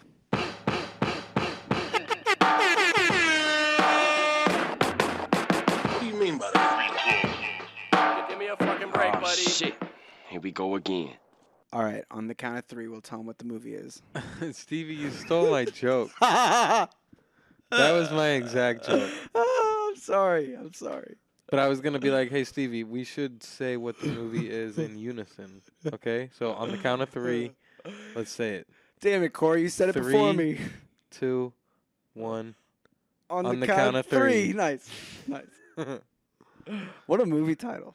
Yeah. And like, what a movie opening, Yeah. especially. Which is like one of the craziest, like, boom, we're going. Really? All right, so it's kind of interesting, right? Like, I'm such a huge Jerrod Carmichael fan, and he doesn't even have, like, the greatest amount of content out. But I used to really love his sitcom. You ever see that? Nah, you mentioned it, though. All right. Because I still need to watch his stand-up, too. That's what I first found out. I don't even know how I started watching it, but I just started watching it. And then he did, like, shortly after that, he did the interview with Tyler. And I was like, oh, that's so interesting. I was like, I thought this dude was funny, and I had never heard of him anywhere else. And then Tyler did an interview with him. I was like, oh, that's so cool that they, like... Linked up for that? Yeah, that they, like, ran into each other and became friends or something. But I never watched his stand-up or whatever. I remember Kyle and Rob both, like, said they watched it years ago and watched some of his older ones. But then this new one came out, and I was like, holy shit, he's like... You still haven't seen that, have you? Nah, I just said Yeah. that. I just said I didn't see it yet. Damn, you need to watch it. I think we literally talked about it the last episode. Yeah, I know. I've probably been saying it for a while now. You have been. It's on my list. Yeah, you need to watch it. But that's like literally like I think like one of the best stand-up special. Like that's the future of stand-up comedy to me right there. But like, so then when I found out about this movie, I think I put my expectations somewhere else Really? than what the movie actually is. Like you thought it was gonna be funny, like a buddy movie. Kind of. I didn't. I expected it to be dark. Yeah. I of course expected it to be dark, but I did not expect it to be As dark. this fucking movie. Well, it's funny because you texted me about it and you were like, "It's dark," and I was like, Yeah. "Oh shit, this thing's about to be dark." Yeah. And so I was ready for it. You know what I mean? Yeah. I almost didn't expect it to be as like funny at times as it was. Really? Yeah, the funny parts I think upon rewatch will be even funnier. Or like the jokes will land even better. Yeah. Because I was just kind of so stressed out sometimes that I didn't even laugh. But now looking back at it, like there's some just like funny one-liners between the two of them. Yeah. This shit is like me and Ian were talking about it. This movie is a lucid dream. Yeah. That's what this movie feels like cuz it feels so realistic at times. And then it's just like some crazy shit happens, but it never doesn't feel realistic. Like I don't know, like I get what you mean. I think the movie also has some like crazy explorations of like depression and like clinical depression versus like burnout, yeah. if that makes sense. Yeah. And it did an interesting job like contrasting between the two. It also had like the Good Time vibe. Like it was like very similar to Good Time. Just being like a quick day, A quick day, you're busting the guy out, and like, but like at the end of it, you have him being like, "What the fuck am I doing?" You know what I mean? I don't know. It was a really interesting like Yeah. allegory for suicide. Yeah. I definitely thought that at the end of it, that I'm like, I definitely think Good Time helped inspire this. You know what I mean? yeah, Like definitely. it had to have, but not in a bad way at all. Not like saying this is It like, was sort of like let's take Good Time, but like add some like meaning and like exploration of like other themes. yeah, Whereas like Good Time is like boom, boom, boom, and more about like the feeling and the intensity. This was like yeah, what is life a little bit, like what it. I don't know, and just like dealing with the struggles of life. yeah. No, but you hit the nail on the head as far as like it is. I think like, and I don't even know if this was the exact point, but what it does get off in a good way is splitting the clinical and or like just like almost like two different shades of depression. You know what I mean? And Yeah, there's so many different, like there's no black or white of it. It's not like there's two different types of depression. You know what I mean? But this is like a good, between burnout and like just like deep rooted yeah, trauma. yeah, exactly. Because like the one guy, like, Cause that and it's 'cause- interesting. The more like the movie goes on, like you start to learn about that guy's past and like yeah, the Kevin guy. yeah, and like why he, like had been trying to kill himself or like like why he acted that way in the hospital, Yeah, and then like you sort of also find out like why, the other guy's Jared's character. yeah. I forget what his name is, like Val or something. Val, that's yeah. right. And, like why he's so stressed out about life right now. Yeah. And like when you find out more and more, it like paints their picture and it like Yeah. it makes sense how they end up too at the end. Dude, that was like the fucked up part about the whole movie is like once like the end started happening, I couldn't not think about the fact that I was like,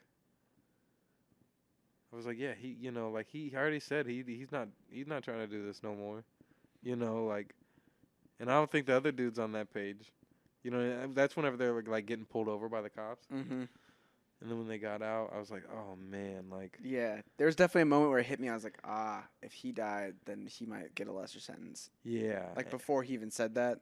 yeah.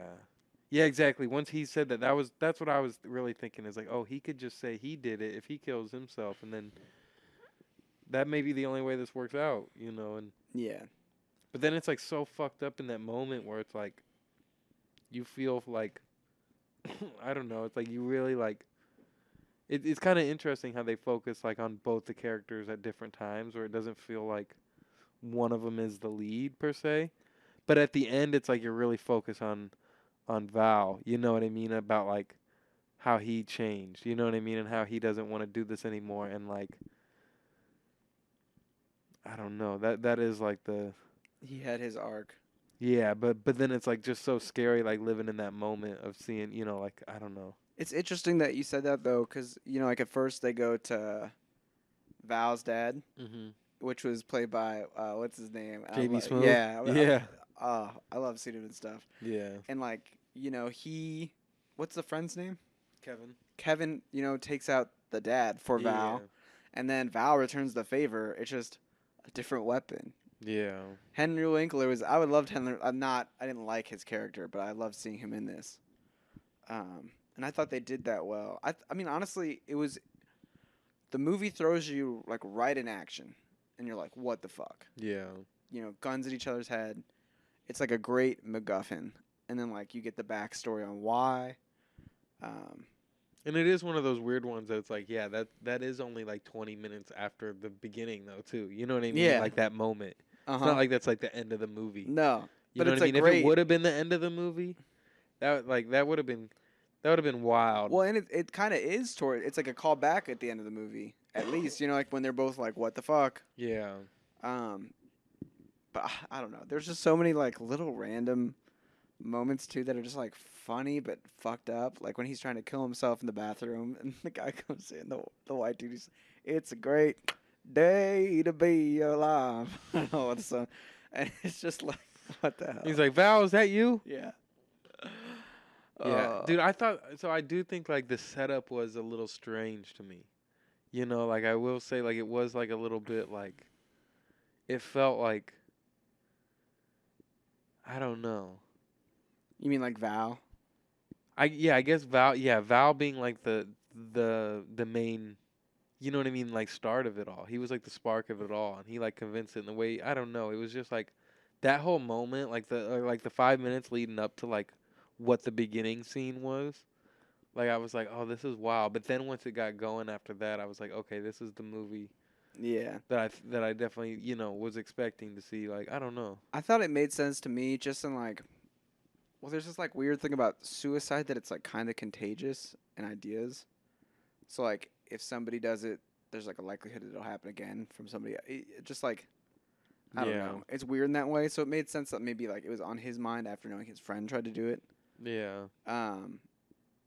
But also it was interesting getting all the bad context to it, and like we were talking about before, it seemed like it was just like burnout at it, like just hit him intensely, Yeah. and just like the one guy giving him trouble for like you're already on your second cigarette break. Dude, yeah. The realism in this movie hits so hard, and that scene is Yeah, one of them. Like, oh my god, that dude is at so many shitty jobs. oh definitely. You The know, guy like, who like wants to be a manager hey. someday. They're really cracking down on Yeah. the tooth breaks. If it was me, I'd spread them out a Yeah. little bit. That Yeah. way, in case you get towards the end of your shift. Yeah, and something comes up. Yeah.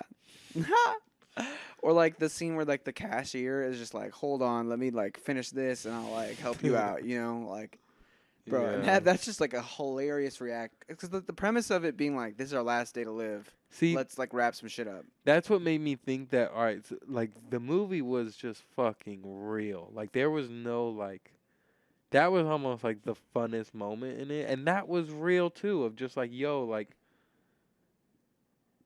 yeah, like, just being so upset about getting some rude ass service, like, I don't know, like, Especially when your friends hurt, yeah. And Yeah, like that was just a real ass moment. Like that didn't even not make sense. You know Yeah. what I mean? Like that should have happened. They had guns on them. It was their last day. Like, it's like, no, what else do you want right now? yeah, it's like no person is ever that He's like, rude. take the money. He's like, I don't want the money. I just want Yeah. your service. Yeah. Yeah. Oh. And then he paid him for it too. Yeah. That was He's like, funny. this is legal. He's like, I have a license and carry. Yeah. And I just love that, like, oh, man, because you really think they're going to do it. And they're like, no, we need a day to, like, sort some shit out. And they really do try to go sort some shit out. I mean, like, it's some dark shit, admittedly, but Yeah. And that's the thing too, is like I really was thinking it was gonna be like, more lighthearted. yeah, a little bit more like, all right, let's go do some crazy shit because it's our last day. Like, not like, not like let's go fucking shoot our demons in the face, you know what I mean, and rob them, you know what I mean, like, but it makes sense too, and that's like the realistic part of it, you know, Yeah. and And, like, I think there's an element of Val's character being like, okay, my problems can be tackled. Do you know what I'm saying? Like, I just have to, like, go out and tackle them.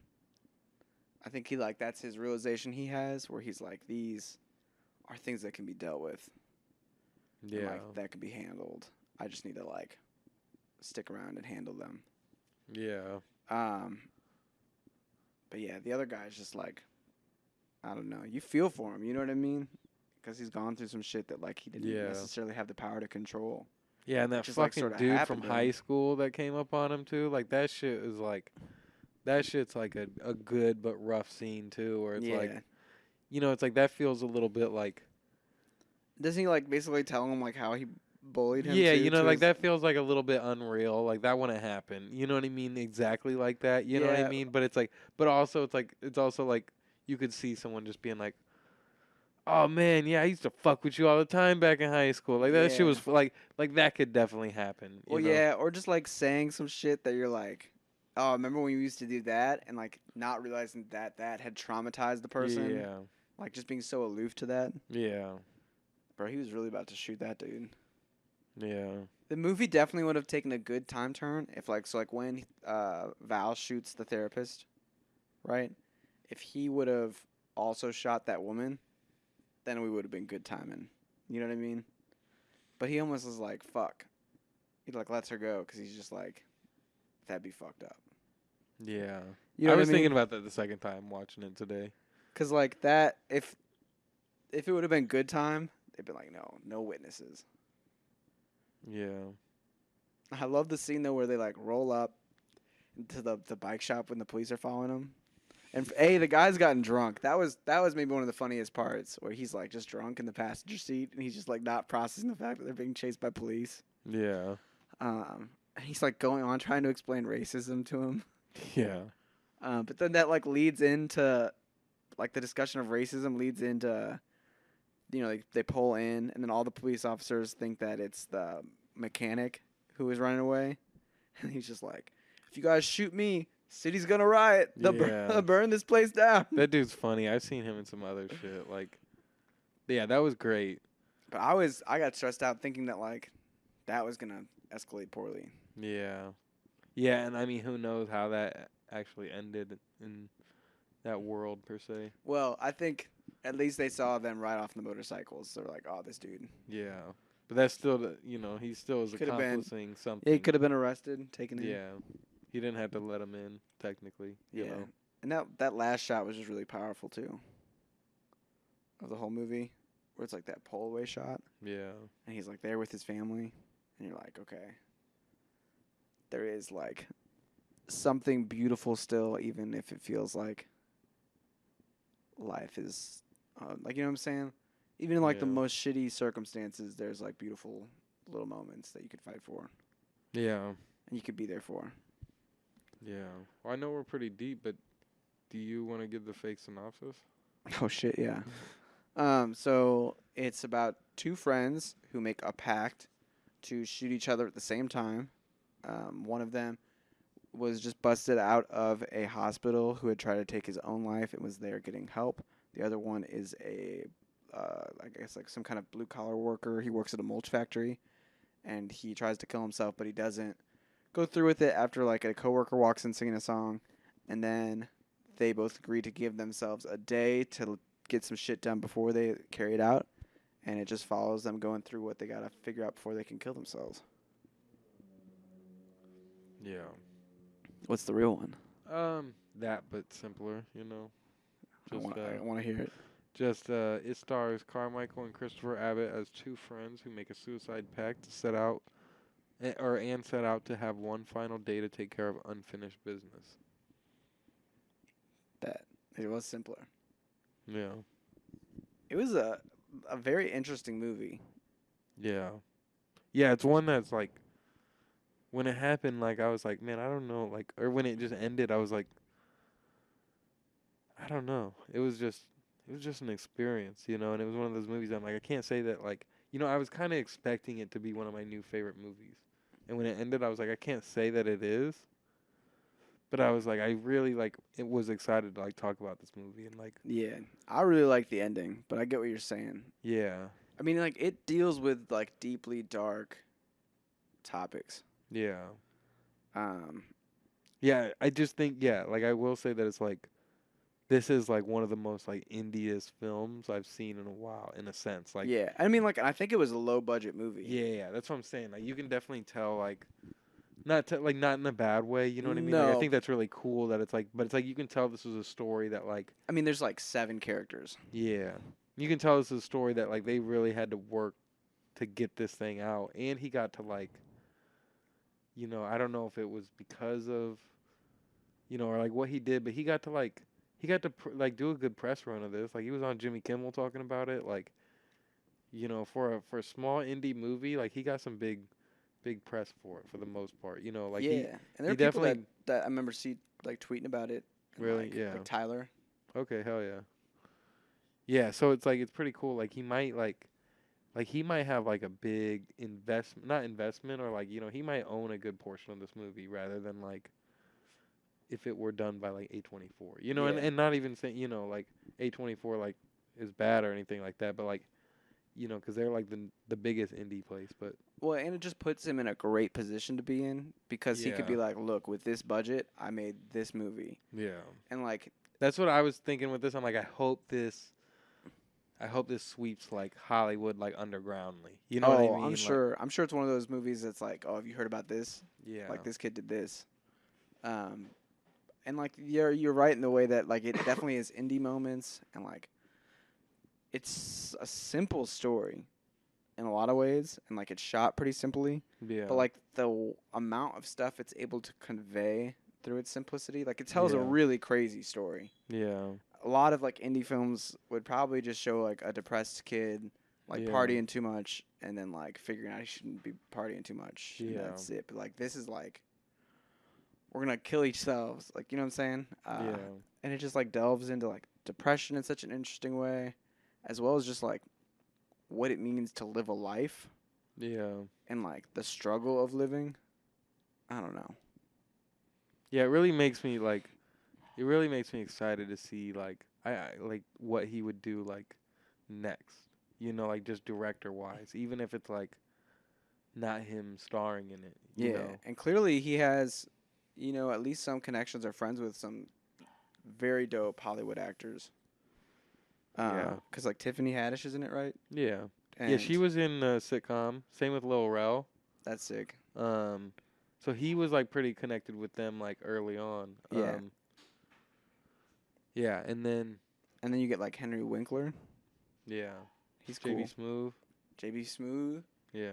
I love JB Smooth. Yeah, he's definitely well connected, and that's why I'm wondering like I love the scene where they're like, you know, like JB Smooth smacks Val, and then like they're both like fists up, and then you kind of forgot that the one guy hurt his knee, but like there's that moment where they're both like, you know, fists up, and it's kind of nice, not in a like pleasant way, but in a satisfying to watch way.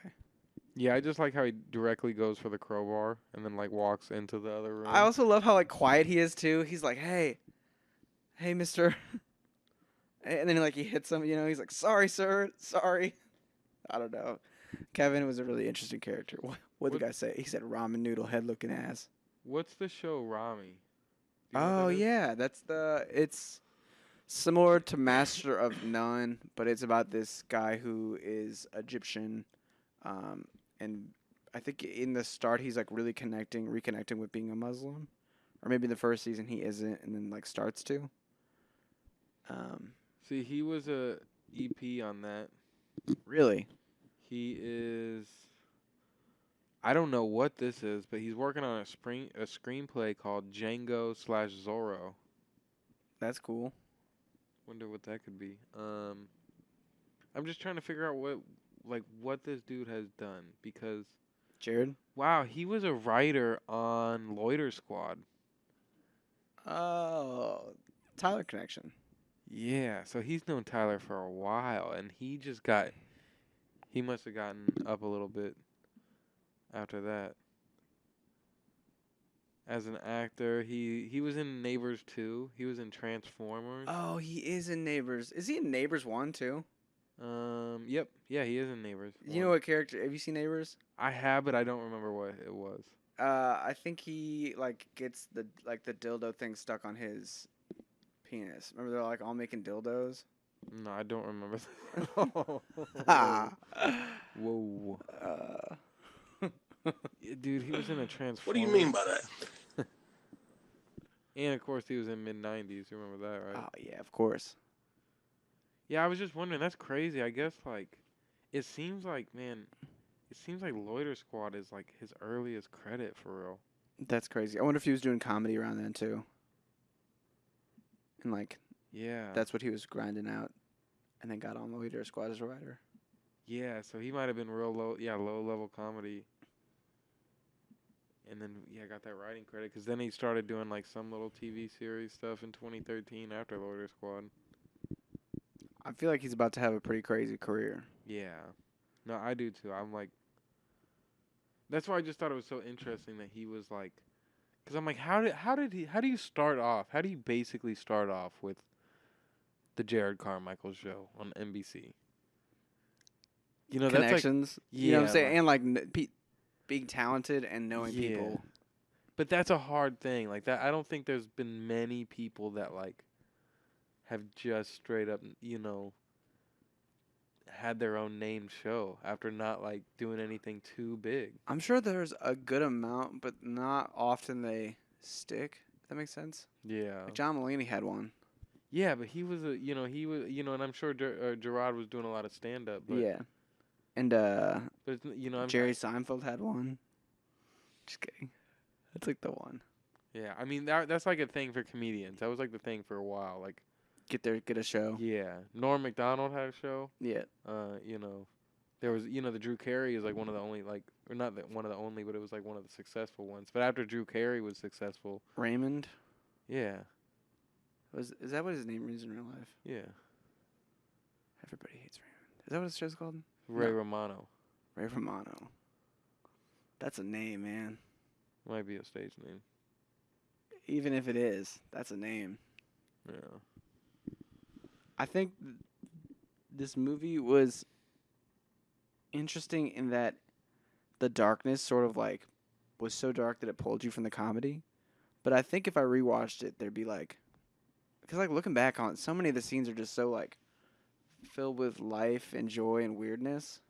yeah. But there's this heavy hanging cloud over them that they're like going See, for that pact. I feel the opposite. I felt like the first time I watched it, I enjoyed like the funness that was in it, even though it's not like a super fun movie. Like yeah. I think I enjoyed the ride more the first time, and then it's like once the ending started to come, that's whenever the cloud came back. It was like the cloud disappeared.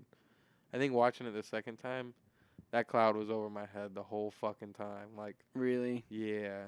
I guess that It's makes just sense. rough. It's just rough, even like, because that Kevin dude is great, He really is And great. Jerrod was just saying the whole time, he's like, yo, he's like the best actor I've ever worked with. Like, that dude is amazing. He's had some credits too.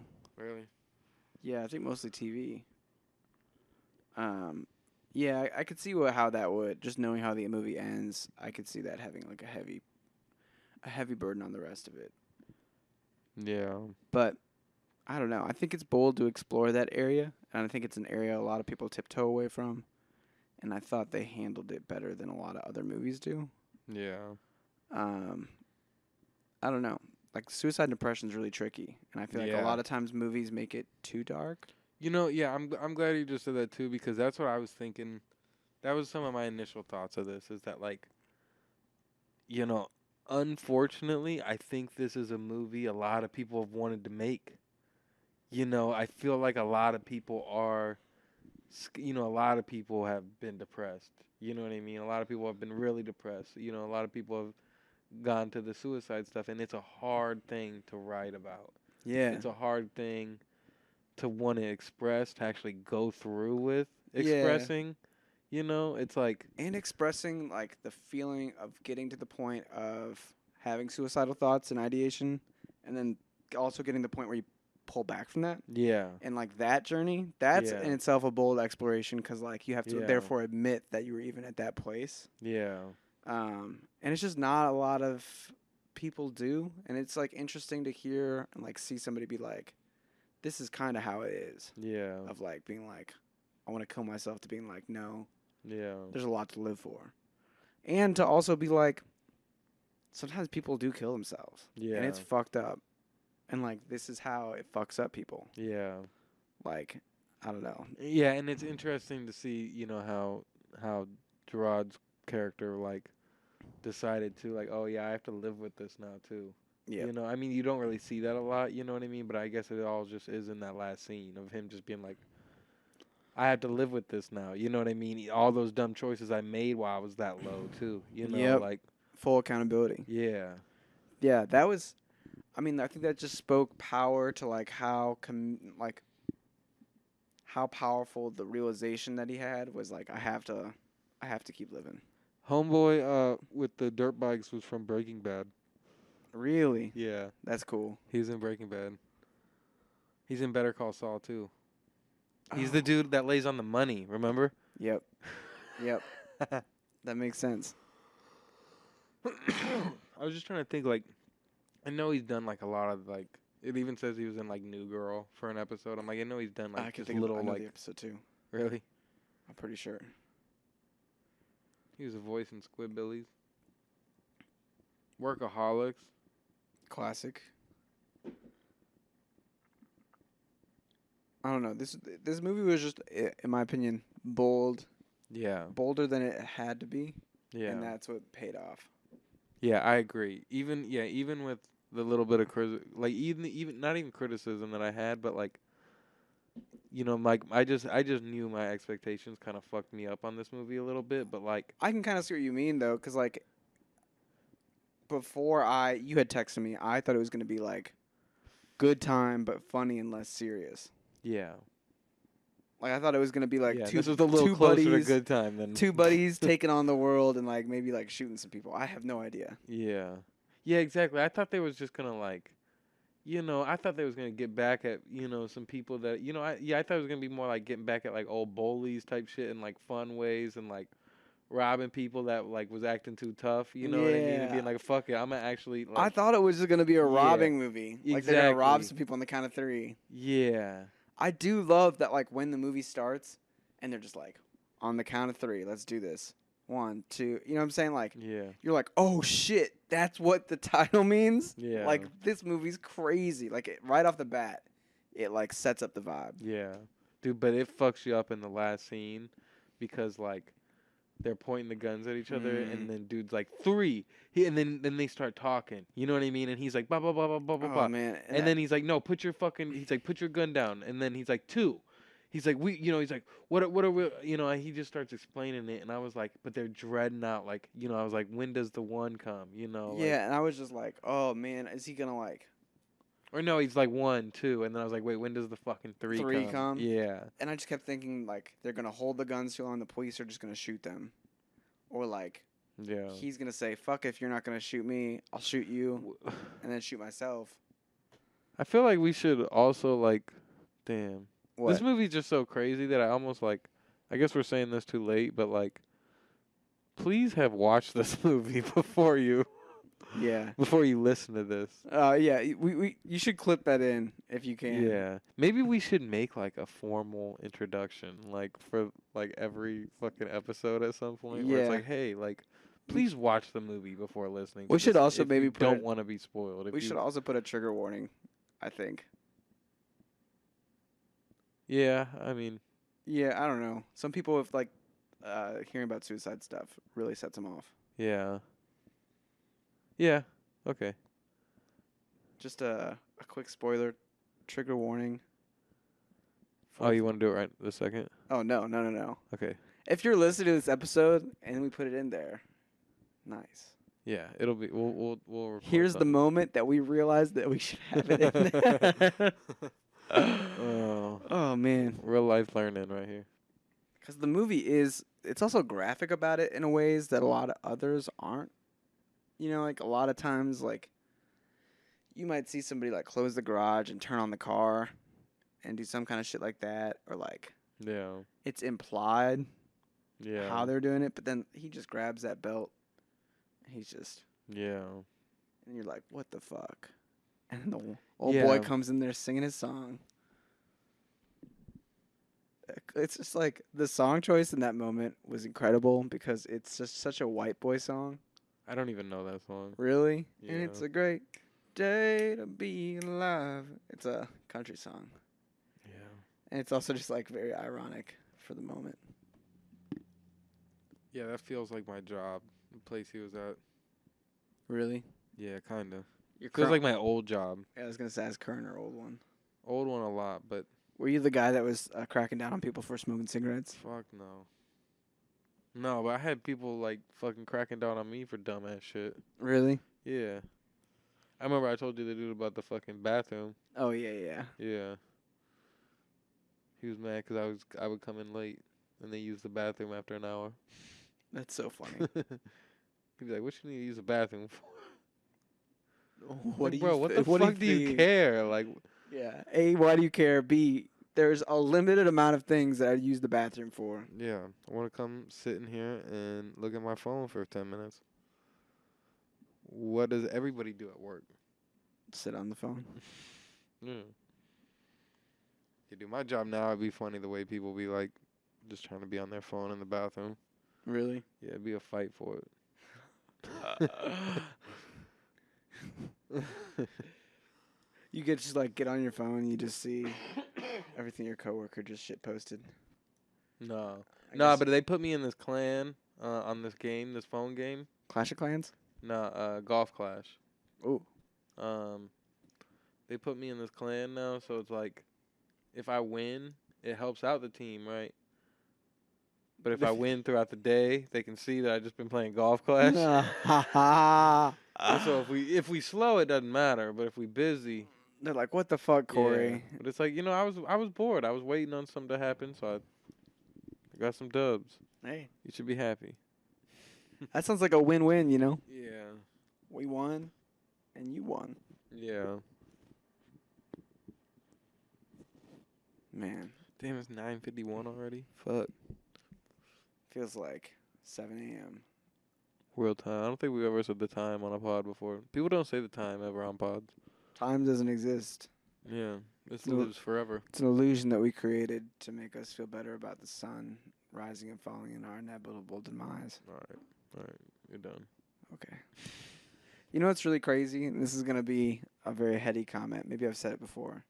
But like, we have our eyes, right? And that gives us our sense of sight.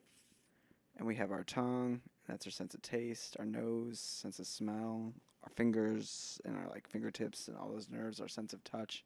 Yeah. But, what the fuck? Where do we get our sense of time from? You know what I mean? I guess it's our brain, but, yeah. it's kind of trippy when you think about it. There's not an organ dedicated to time. But, we keep track of time. You know what I'm saying? Well, I mean, Like the our world heart- kind of sets the time too. Yeah, but it's like our bodies, adapt. You know what I'm saying? We can perceive time passing. You know what I mean? That this sentence is not where this sentence started. It's just a little bit weird that, or if you were, walking around for a day. I think it's just not something you can sense. Why do you think it has to be? Why do you think it is a sense? I mean, we definitely do have a sense of time. You know what I mean? Compared to, an animal. But that's just a brain function. Yeah, I guess so. But it's just interesting that it's not an organ. Because the brain does a lot of things. No, The it's brain's it's an environmental learning thing. You know what I mean? No, I agree with you, but I don't think other animals have a sense of time like we do. Oh yeah, dude. Are you kidding me? Not in the way that we can be 3 years ago. Do you remember this date? And True. oh, do you remember yesterday But when? that's a brain function. You know what I mean? That's Yeah. a level of brain. But some animals do have some crazy things like that where they might and we just don't even know, because you know how crazy animals can be about time. Yeah, I'm like- still sticking to what I'm saying. Because I'm just saying it has nothing to do with the actual senses. You know what I mean? You're just, that's just a word that's or that's just put in there.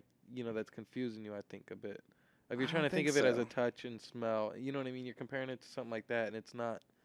I don't know. It's weird. I feel like we do perceive time. Yeah, we do perceive it, but that's a brain function. That's not like a. Yeah, but sight, all of the senses and stuff is going back through the brain.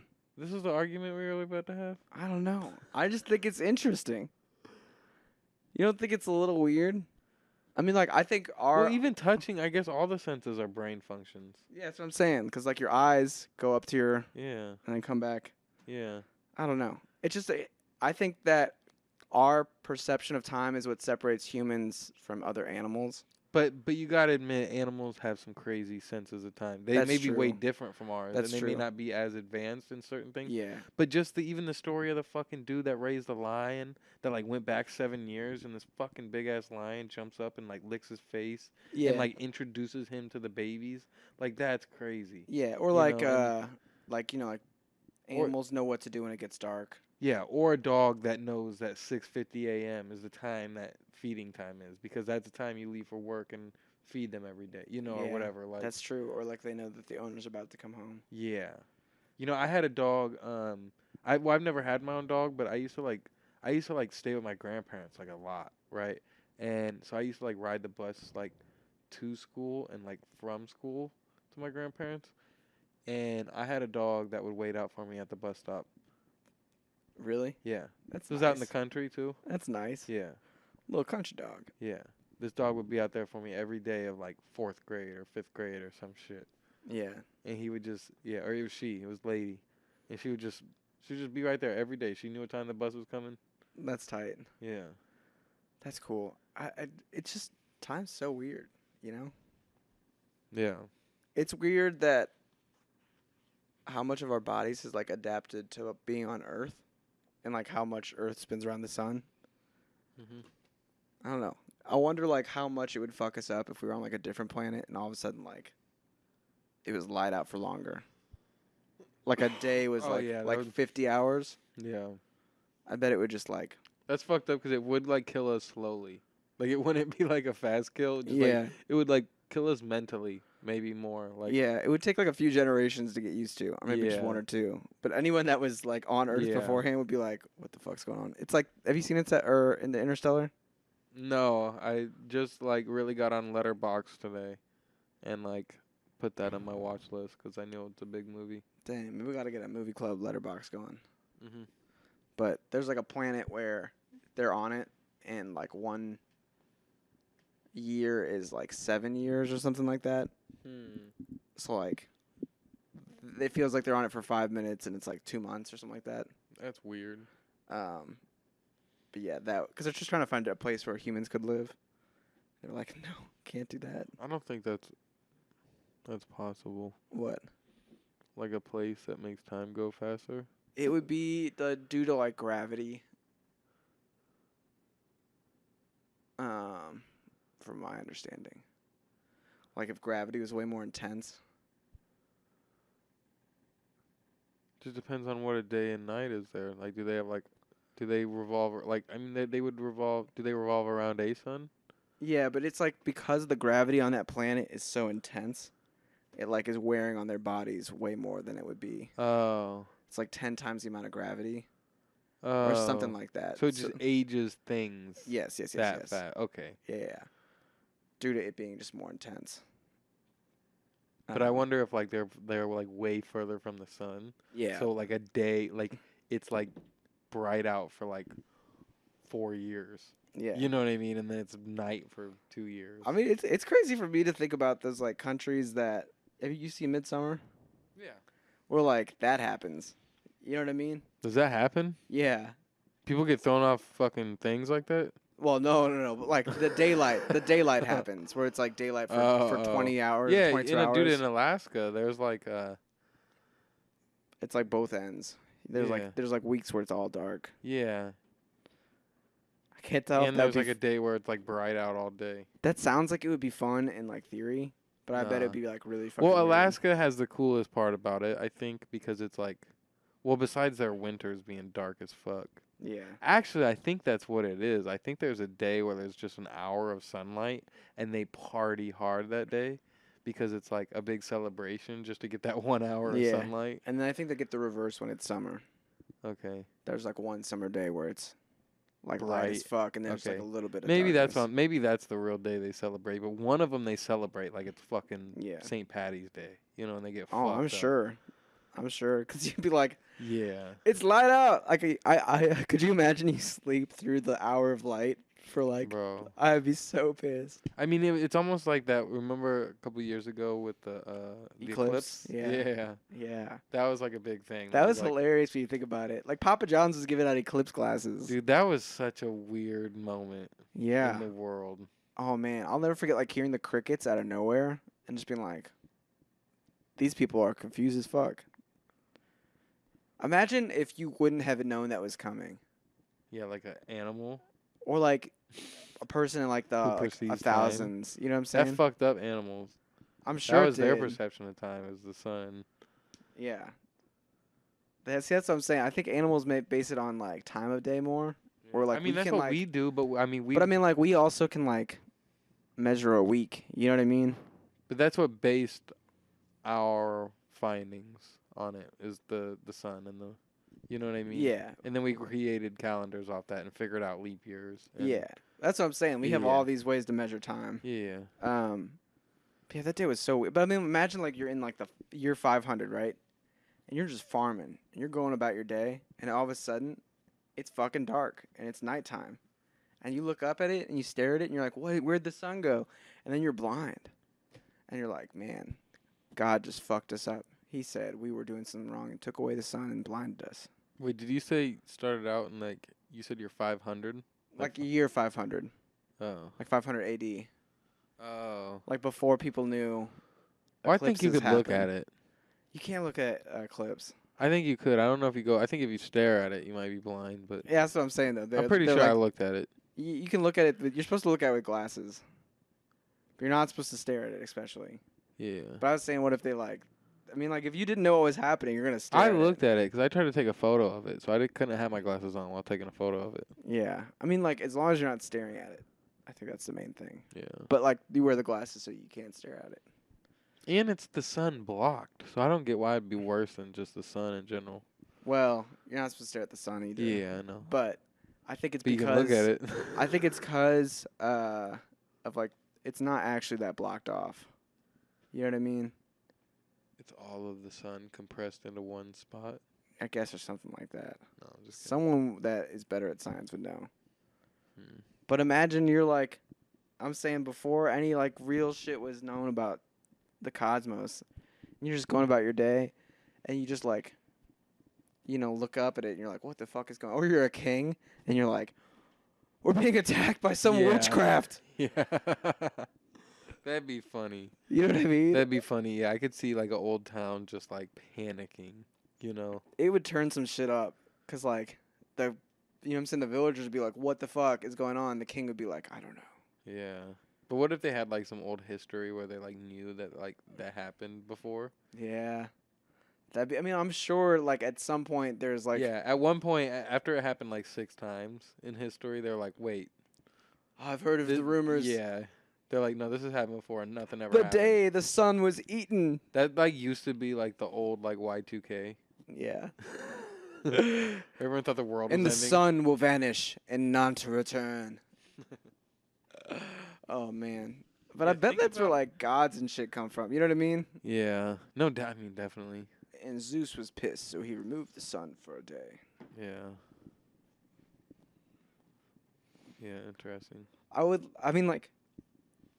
love to just like talk to somebody from 1,000 years from now and just like hear about the shit that we just had way wrong. You know what I mean? Yeah. They're like, oh no, it wasn't global warming. You guys just forgot to turn on the Earth's AC. You know what I mean? Just something that's truly bizarre.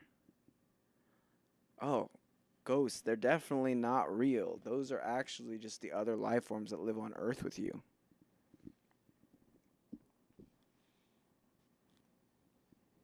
Aliens exist in your brain.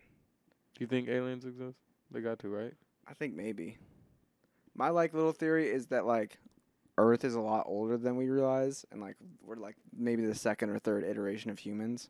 Yeah. We just like keep fucking up and then like forget That- that we had done all this stuff.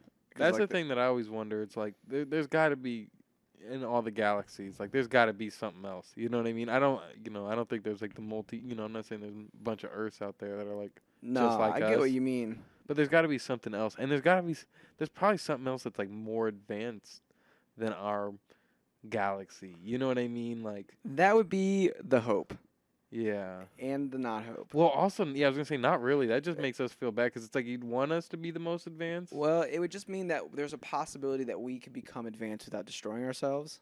Yeah. Whereas, like, if there was nothing, that would mean that we're leading into some kind of great yeah, filter. they're both fucking. And, They're like, both bad options. Yeah, but then if it's like there is an advanced civilization, maybe they could fuck us up. So it's like, Yeah. I don't know. But I kind of like the idea that like, like we, Yeah. And then you get comparison syndrome. Like, will we ever be as good as them? yeah, or like we have to be just like them. We have to get to, Yeah. and like then it stops us from being what we're supposed to be. I don't know. Dude, that's a movie plot right there about like just finding another civilization and like the impact it would have on the world. Yeah. Like if we found out about like if we actually were able to just travel to like the next galaxy. yeah. Or I like, mean, they've been able to like get it's some like shit out of our galaxy, right? we're like in the middle of like trying, like we've figured it out, and like we're in the middle of like worshiping them. You know what I mean? And like trying to like copy their technology. Like that would be Yeah. interesting. Yeah, that's what I'm saying. Like what if there was like some kind of, like even necessarily like a peaceful communication. You know what I mean? Maybe not peaceful, but it's like there's just some sort of connection that happens that isn't deadly, but then it's just like a weird, it's almost like, Yeah. gets slightly political of like, like just everybody being, like almost like a grass is greener on the other side situation. Yeah. Even on their situation, like There's a few that are kind of like Contact's kind of like that. where they like make contact with an alien race, but it's not very. Yeah. You don't see a lot. So Arrival's similar, but Arrival is also like you don't the really see a aliens are lot. just trying to like fucking save the people. You know, they're not really trying to like. They don't need anything, but Well, they need their help. They need I Earth. guess. They need Earth's help yeah. in 500 or like 5,000 years. Yeah. So they need to make sure Earth survives. It's a crazy alien move. You know what I mean? Like Yeah, that one. But they don't perceive time because they don't have brains. yeah, they perceive it differently than us. They perceive it all at once. I wish I could do that. Really? Kind of. I think it'd be a lot.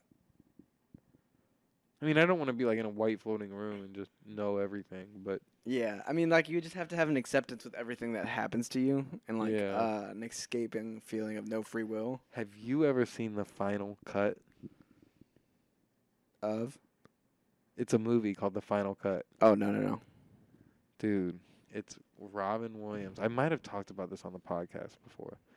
But all right, so the opening, I got to describe the opening and the setup just to fucking describe this movie properly.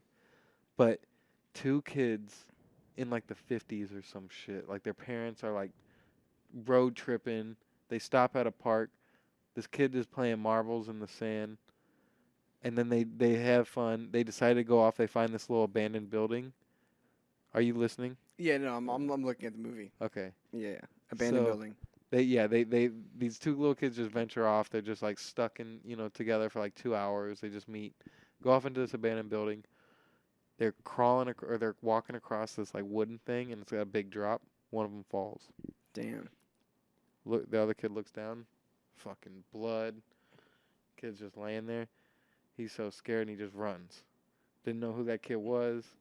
Blah, blah, blah. He just runs. And then his family leaves the town. They go away. That's Robin Williams. And he grows up to be Robin Williams, and he's this person who basically takes it's a futuristic movie where people have video recorders basically in their eyes that records their every Kind of like that Black Mirror episode. yeah. I don't know that episode, but it records their every move. And basically this guy is, I forget what they call him, but he's got like a name, and he cuts up people's lives for funerals, and they make videos of their best moments. Oh damn. But so he's got like this weird, like not weird, but like it's like a dark job because you have to go through everybody's entire lives. Yeah, I think we talked about this in an early movie did. club episode because Fonz had seen it.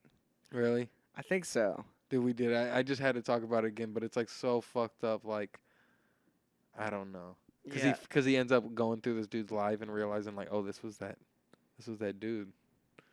He didn't Damn. die. Damn.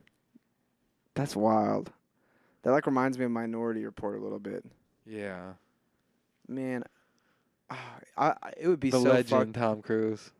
Yeah, the legend Tom Cruise. Dude, I'm still geeked. I didn't even talk about Top Gun Maverick that much. I can't wait for you to see it because then we can actually talk about it, I guess. Yeah, I'm But- excited to see. I'm definitely gonna see But it. it's so fun, and you have to, like, I don't think I've ever said this about it. Well, I mean, I've said this about some movies, but, like, dude, they really did something with that movie for the theaters.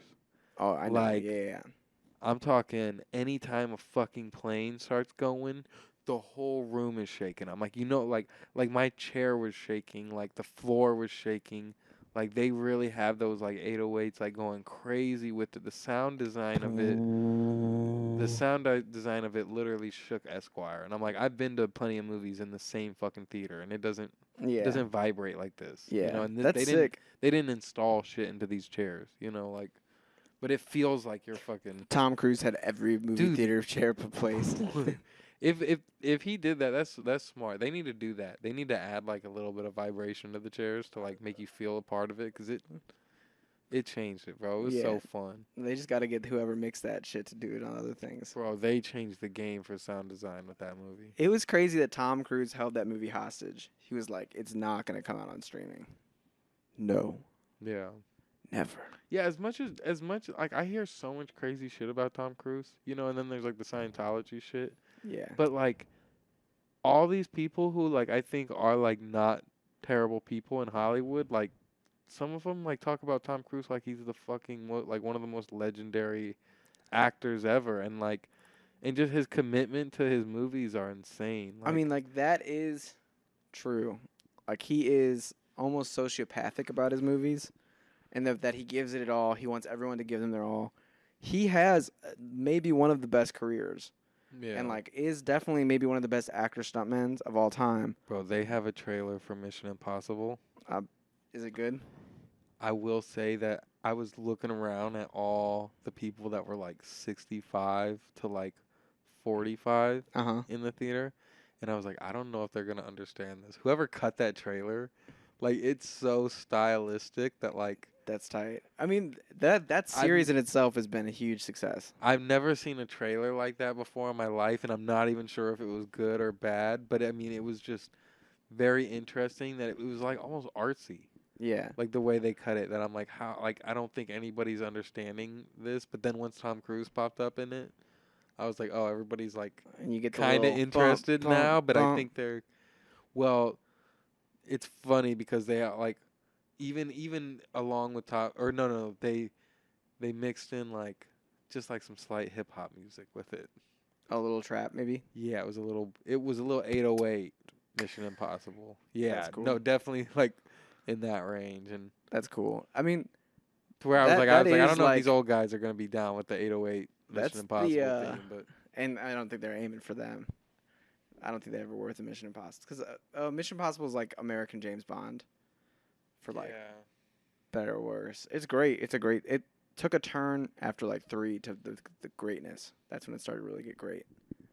But I will say Tom Cruise is an extremely weird dude, and like there are Yeah. plenty of stories that like he's just very intense, and like honest. I mean, like and a Scientologist too.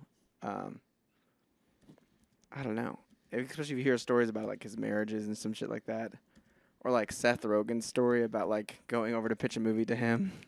what's Seth Rogen's story with Tom Cruise? I don't know. We talked about the Nick Cage story with Seth Rogen, but Yeah, it was something along the lines of like he had a movie he wanted to pitch to Tom Cruise, or like Tom Cruise just like wanted to talk movies with him, and like it was just a bizarre experience like pulling up.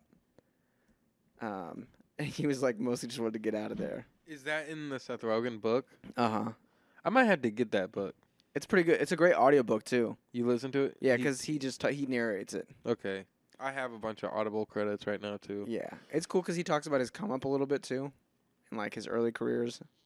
While getting Freaks and Geeks, wasn't that one of his big come ups? Yeah, and like having to like fire his first manager. And he got a writer on Freaks and Geeks too before he ever got.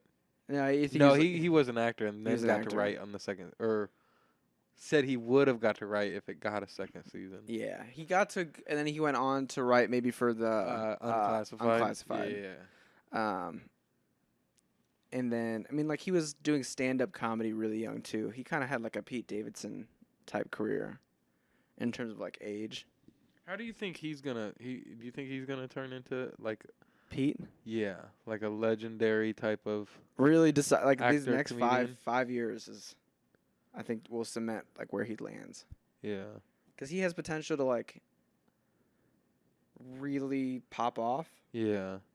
or just like burn out. And he's gotten close to doing like some really good dramatic roles. You know I mean, what like I mean? Staten Island, I thought was great. He's had some good dramatic moments, but I think the overall roles, like just always, he's also been kind of like cast typed in a Yeah, sense. he a little plays bit. like the like millennial Gen Z, don't give a fuck, like yeah, funny boy kind of. Well, what's that role he's about to be in? bodies, bodies, bodies. Yeah, that could be big. You know that's the same. That's the film company that's doing the Frank movie. Really? Yeah, they've only done 2 movies. Bodies, Bodies, Bodies, and something else that's not released yet on A24. Crazy. And then the Frank movie is going to be their third if Third? that goes through. That's wild.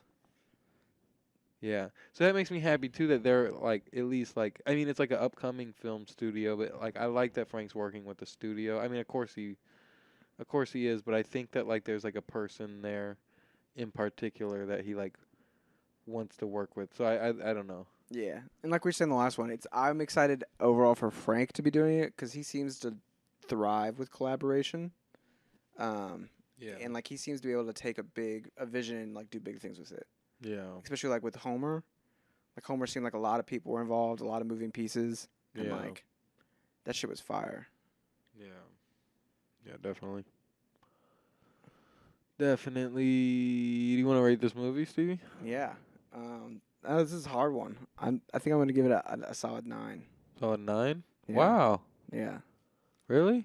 Yeah, I like this one.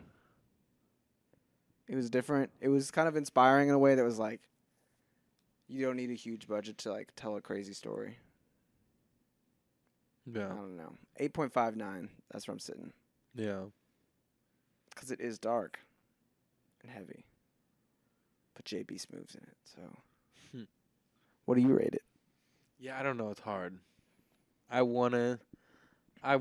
guess my natural instinct is just to give it an 8. That's a solid rating. And I think my expectations fucked me up on it. I think it might have been a 9. I think it might have been just an easy 9 for me if I didn't expect anything going into it. But I think that makes me have to give it an 8. But I love Jerrod Carmichael so much, and For sure. honestly, like, I believe he is the future of a few different things, of movies, of comedy. You know what I mean? Like, I can't wait to see what he does. I just think this just shows that he has potential to make just a movie that's just fucking insane. You know, I don't know. Definitely. You And, look like, at someone like impactful. I think he's got like, and not even like to like, put it into like a certain category of like black directors, but just thinking about like Jordan Peele's impact on movies. You know what I Yeah. mean? Like he is like the first person that I thought that I was like, oh, this feels like a new like Quentin Tarantino. Like I could see Jordan Peele being like, oh, I'm gonna do 10 movies. Yeah. And being like, and that's it. And then being so interesting, and then like I could just see Gerard like his next movie just being like Get Out level. You know what I mean? Just super Like a breakout. impactful. Yeah, one of those movies that just puts him on the map as like a real ass director. Well, like, they're definitely both people that also went from being known as one thing to like yeah, pushing exactly. for something different, and it's kind of exciting to see them pull it off. 'Cause Because if a you look- lot of people don't do well in their directorial debut. Have you ever seen Keanu? Yeah. Yeah. That was Jordan Peele's first movie. I think Yeah. he did that with Keegan. Uh-huh. I think they both did that. So that was kind of like a Key and Peele movie. But like, that movie was great. But it was also like you look at you put Keanu next to Get Out. Nah, they're just different. Yeah. But Keanu's nice too. Oh, Keanu's It's so fucking funny. phenomenal, bro. Anna Faris in that too Oh. is hilarious. Like, Dude, you see the trailer though for the final trailer for Nope today? I saw a trailer for it at Top Gun last night, and I don't know if it was different because I was kind of like on my phone. Yeah. It No, might I have been didn't. different. It might I have know been they've different. kind of like confirmed like aliens, right? Yeah, they kind of gave it more of a context for like what's gonna be the plot. Yeah. It just looks cool. I've heard that either people that have seen the movie or people that have seen like the first 20 minutes at like CinemaCon or something. I've heard that they said that this movie is a little bit more straightforward than the trailers are making it out to be. Yeah, I mean, it kind of seems that way. Yeah. But I'm kind of cool with that. Yeah. Dude, it looks so fucking good. Like Yeah. watching that trailer again last night, I didn't even watch it fully, but like even just like I was just so happy seeing like all these people in the theaters that like don't normally show up to theaters. Like just all these like conservative people like Being like, watching what the this fuck is movie going and on be- with the movies these yeah, days? I just just this fucking 808s crashing on the sides. That movie's like wah, it's in your face like People getting pulled up by UFOs. yeah, and- exactly. That scene, I've seen her just flying in the air is so cool every time you see it Nope, because nope. the camera kind of moves with it a little bit, and it's like a moving like handheld shot, but she's getting like ripped to the sky, and it's like Yeah. that movie just looks insane. I'm Like, excited for this because it just seems like an interesting take on the Alien movie. Yeah, And honestly, I'm here for yeah, that. and I've been such a fan of Jordan Peele, and he just got like such an interesting style, even though like, Us was like. It was like debated if it was good or not, but I'm like, he's just got Man. such an interesting movie style to me that like, I feel like Us was like his Mr. Morale and the Big Steppers. really, I don't know how to explain it, but like sort of like, a lot of people thought it was really good. Some people thought it was mid. Like there might be Yeah. just too much going on in it, like symbolism wise, yeah, and that takes away from like what's actually Yeah. happening. So like hearing that this might be straightforward more or less makes me kind of excited because it's like yeah. Actually, that is good. I think like that's what made Get Out so powerful and sometimes Yeah, that it was like here's the premise. it was straightforward, but it also like it hid the right things from you. You know what I mean? Like, Yeah, and it made you like. There was moments where like, what the fuck is going on? yeah, Remember when like the gardener's like running through the thing, Yeah. and you're like, what is? and then but he's definitely also like it's just crazy how like I feel like he was also impactful on the modern day trailer. You know, like he like the way Get Out and Us trailers went. Yeah, Like he even like Nope. created like yeah, I mean, but I think Nope he kind of like I think he decided to branch out from his own style. You know, but now it's like every trailer is like flipping like the weird song into like this like cinematic scorey type thing, you know? Yeah, Where it'll be like, just I mean the 5 on it was like the icing on the cake for it for like Us. yeah. But I forget what Get Out's trailer was. It was like something like that where it just like I gotta remember. it just took a weird song and flipped it and made it spooky and It's so and like, yeah, it's funny because like I feel like James Gunn also like well James Gunn I feel like completely like altered movie soundtracks for Oh, like the next yeah. 10 years because they were like, oh, we could just use these old songs over like yeah. an action scene. It'll be crazy. I don't know what he does that's different because there's a lot of movies that are like really good about their soundtracks and about using like the right 70s record. I think it's But- because he picks deep cuts, Yeah, but like sometimes he doesn't. yeah, exactly. That's what I'm saying. But there is something specific about the way James Gunn does it, and there is something that people have taken away from that. Where I can tell when I'm like, oh, they wouldn't have picked this if James Gunn hadn't set this new like Yep. standard of soundtracks. But then some movies like, well, it is just a classic movie thing. That's the thing about James Gunn is that it's like, I don't know. He's just he's probably even taken like similar things like oh this movie from the 70s had this acoustic song, so I have to have the acoustic song with this Yeah. vibe for this moment. You know Or what I he just mean? like knows of that song because of that movie. Yeah. But like I don't know, because like you think of Guardians 1 and it has like Hooked on a Feeling, which is a popular song, and like the Jackson like I Want You Back. But it also has like the like I'm Not in Love. And I had never heard of that song, or like the Wham, Bam, See, I know that I'm not in love Um, record more than most of them. I think. see, and I like think that's the beauty of it too, is that like they're not these like some of like the deep cuts too aren't even like so deep that you never have heard of them. I don't know. And then like there's like Suicide Squad, which I had never heard of. Suicide was his punk one, Yeah, that was I had his punk never heard of soundtrack. People Who Died, dude. or But now you hear that song a I lot. love that song. Yeah, or like So If You Love Me, why you say you're so lonely? Dude, that album's actually good. The Fratellis, man. I believe it. That song jams. Yeah. Dude, I forget. I saw people, or I heard People Who Died on something the other day, and I was just like, that song is actually on a lot of shit. Man, I bet they were so happy when that song got picked up. Yeah. It's like Kate. You know about Kate Bush? I don't know if you haven't seen that. Have you seen that clip that they're memeing now, where it's like the girl puts on the headphones and flies in the air? Yeah. So in Stranger Things, that's like a Kate Bush song plays on that, and like that song from Aren't that they like scene- in the 80s though? yeah. So that makes sense. Who's Kate Bush? She's from the 80s. Okay, never mind. It's like a accurate song for the time. But that song is now charting higher than it ever charted before. It's like Fleetwood Mac. It's like it's like top 5 right now, and like it had maybe gotten in the 30s, That's funny. 40s. And so she wrote a note. She was like very excited for the Stranger Things. It's a great TV show. Was very happy to see like the new fans coming along for this. I was like, damn. I bet it's like a win-win for everyone. Yeah. It's funny when people just like get this newfound like love off the internet and they don't even be on the internet.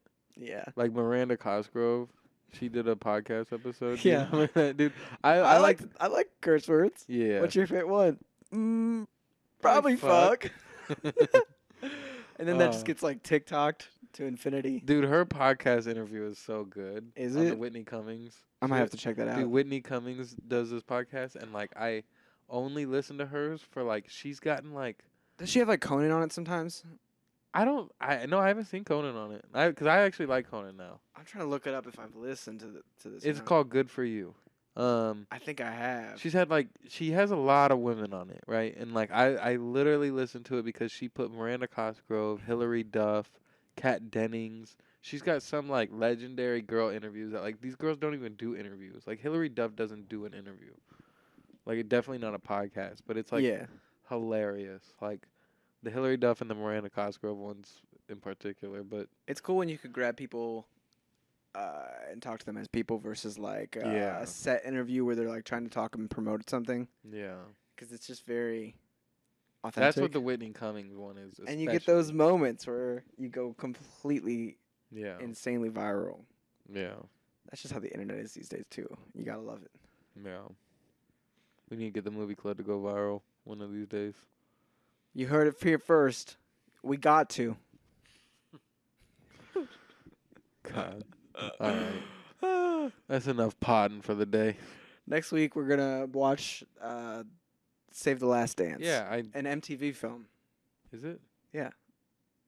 That explains a lot. That's what it says in the beginning. Which will be our second MTV film. Our first one was With Chet Hanks' brother in it. Orange County. Yeah. You know, I put that in my top 4 favorite films on Letterboxd today. Really? Yep. Dang. I put that. I put Wally. I put Good Time. What else did I put? Maybe I can guess it. Was it a Spider-Man? No, it wasn't. I left Spider-Man out. I didn't want to be basic. Wasn't like mid-90s or something. No. Oh. You're in the ballpark, right? Studio. 824. Wasn't a spooky 824, was it? Nope. Was it Moonlight? I don't know. Florida. Oh, nice. That's a great choice. Yeah. That's a great choice. Yeah, that movie. That's a movie that I could just recommend to a lot of people. Yeah.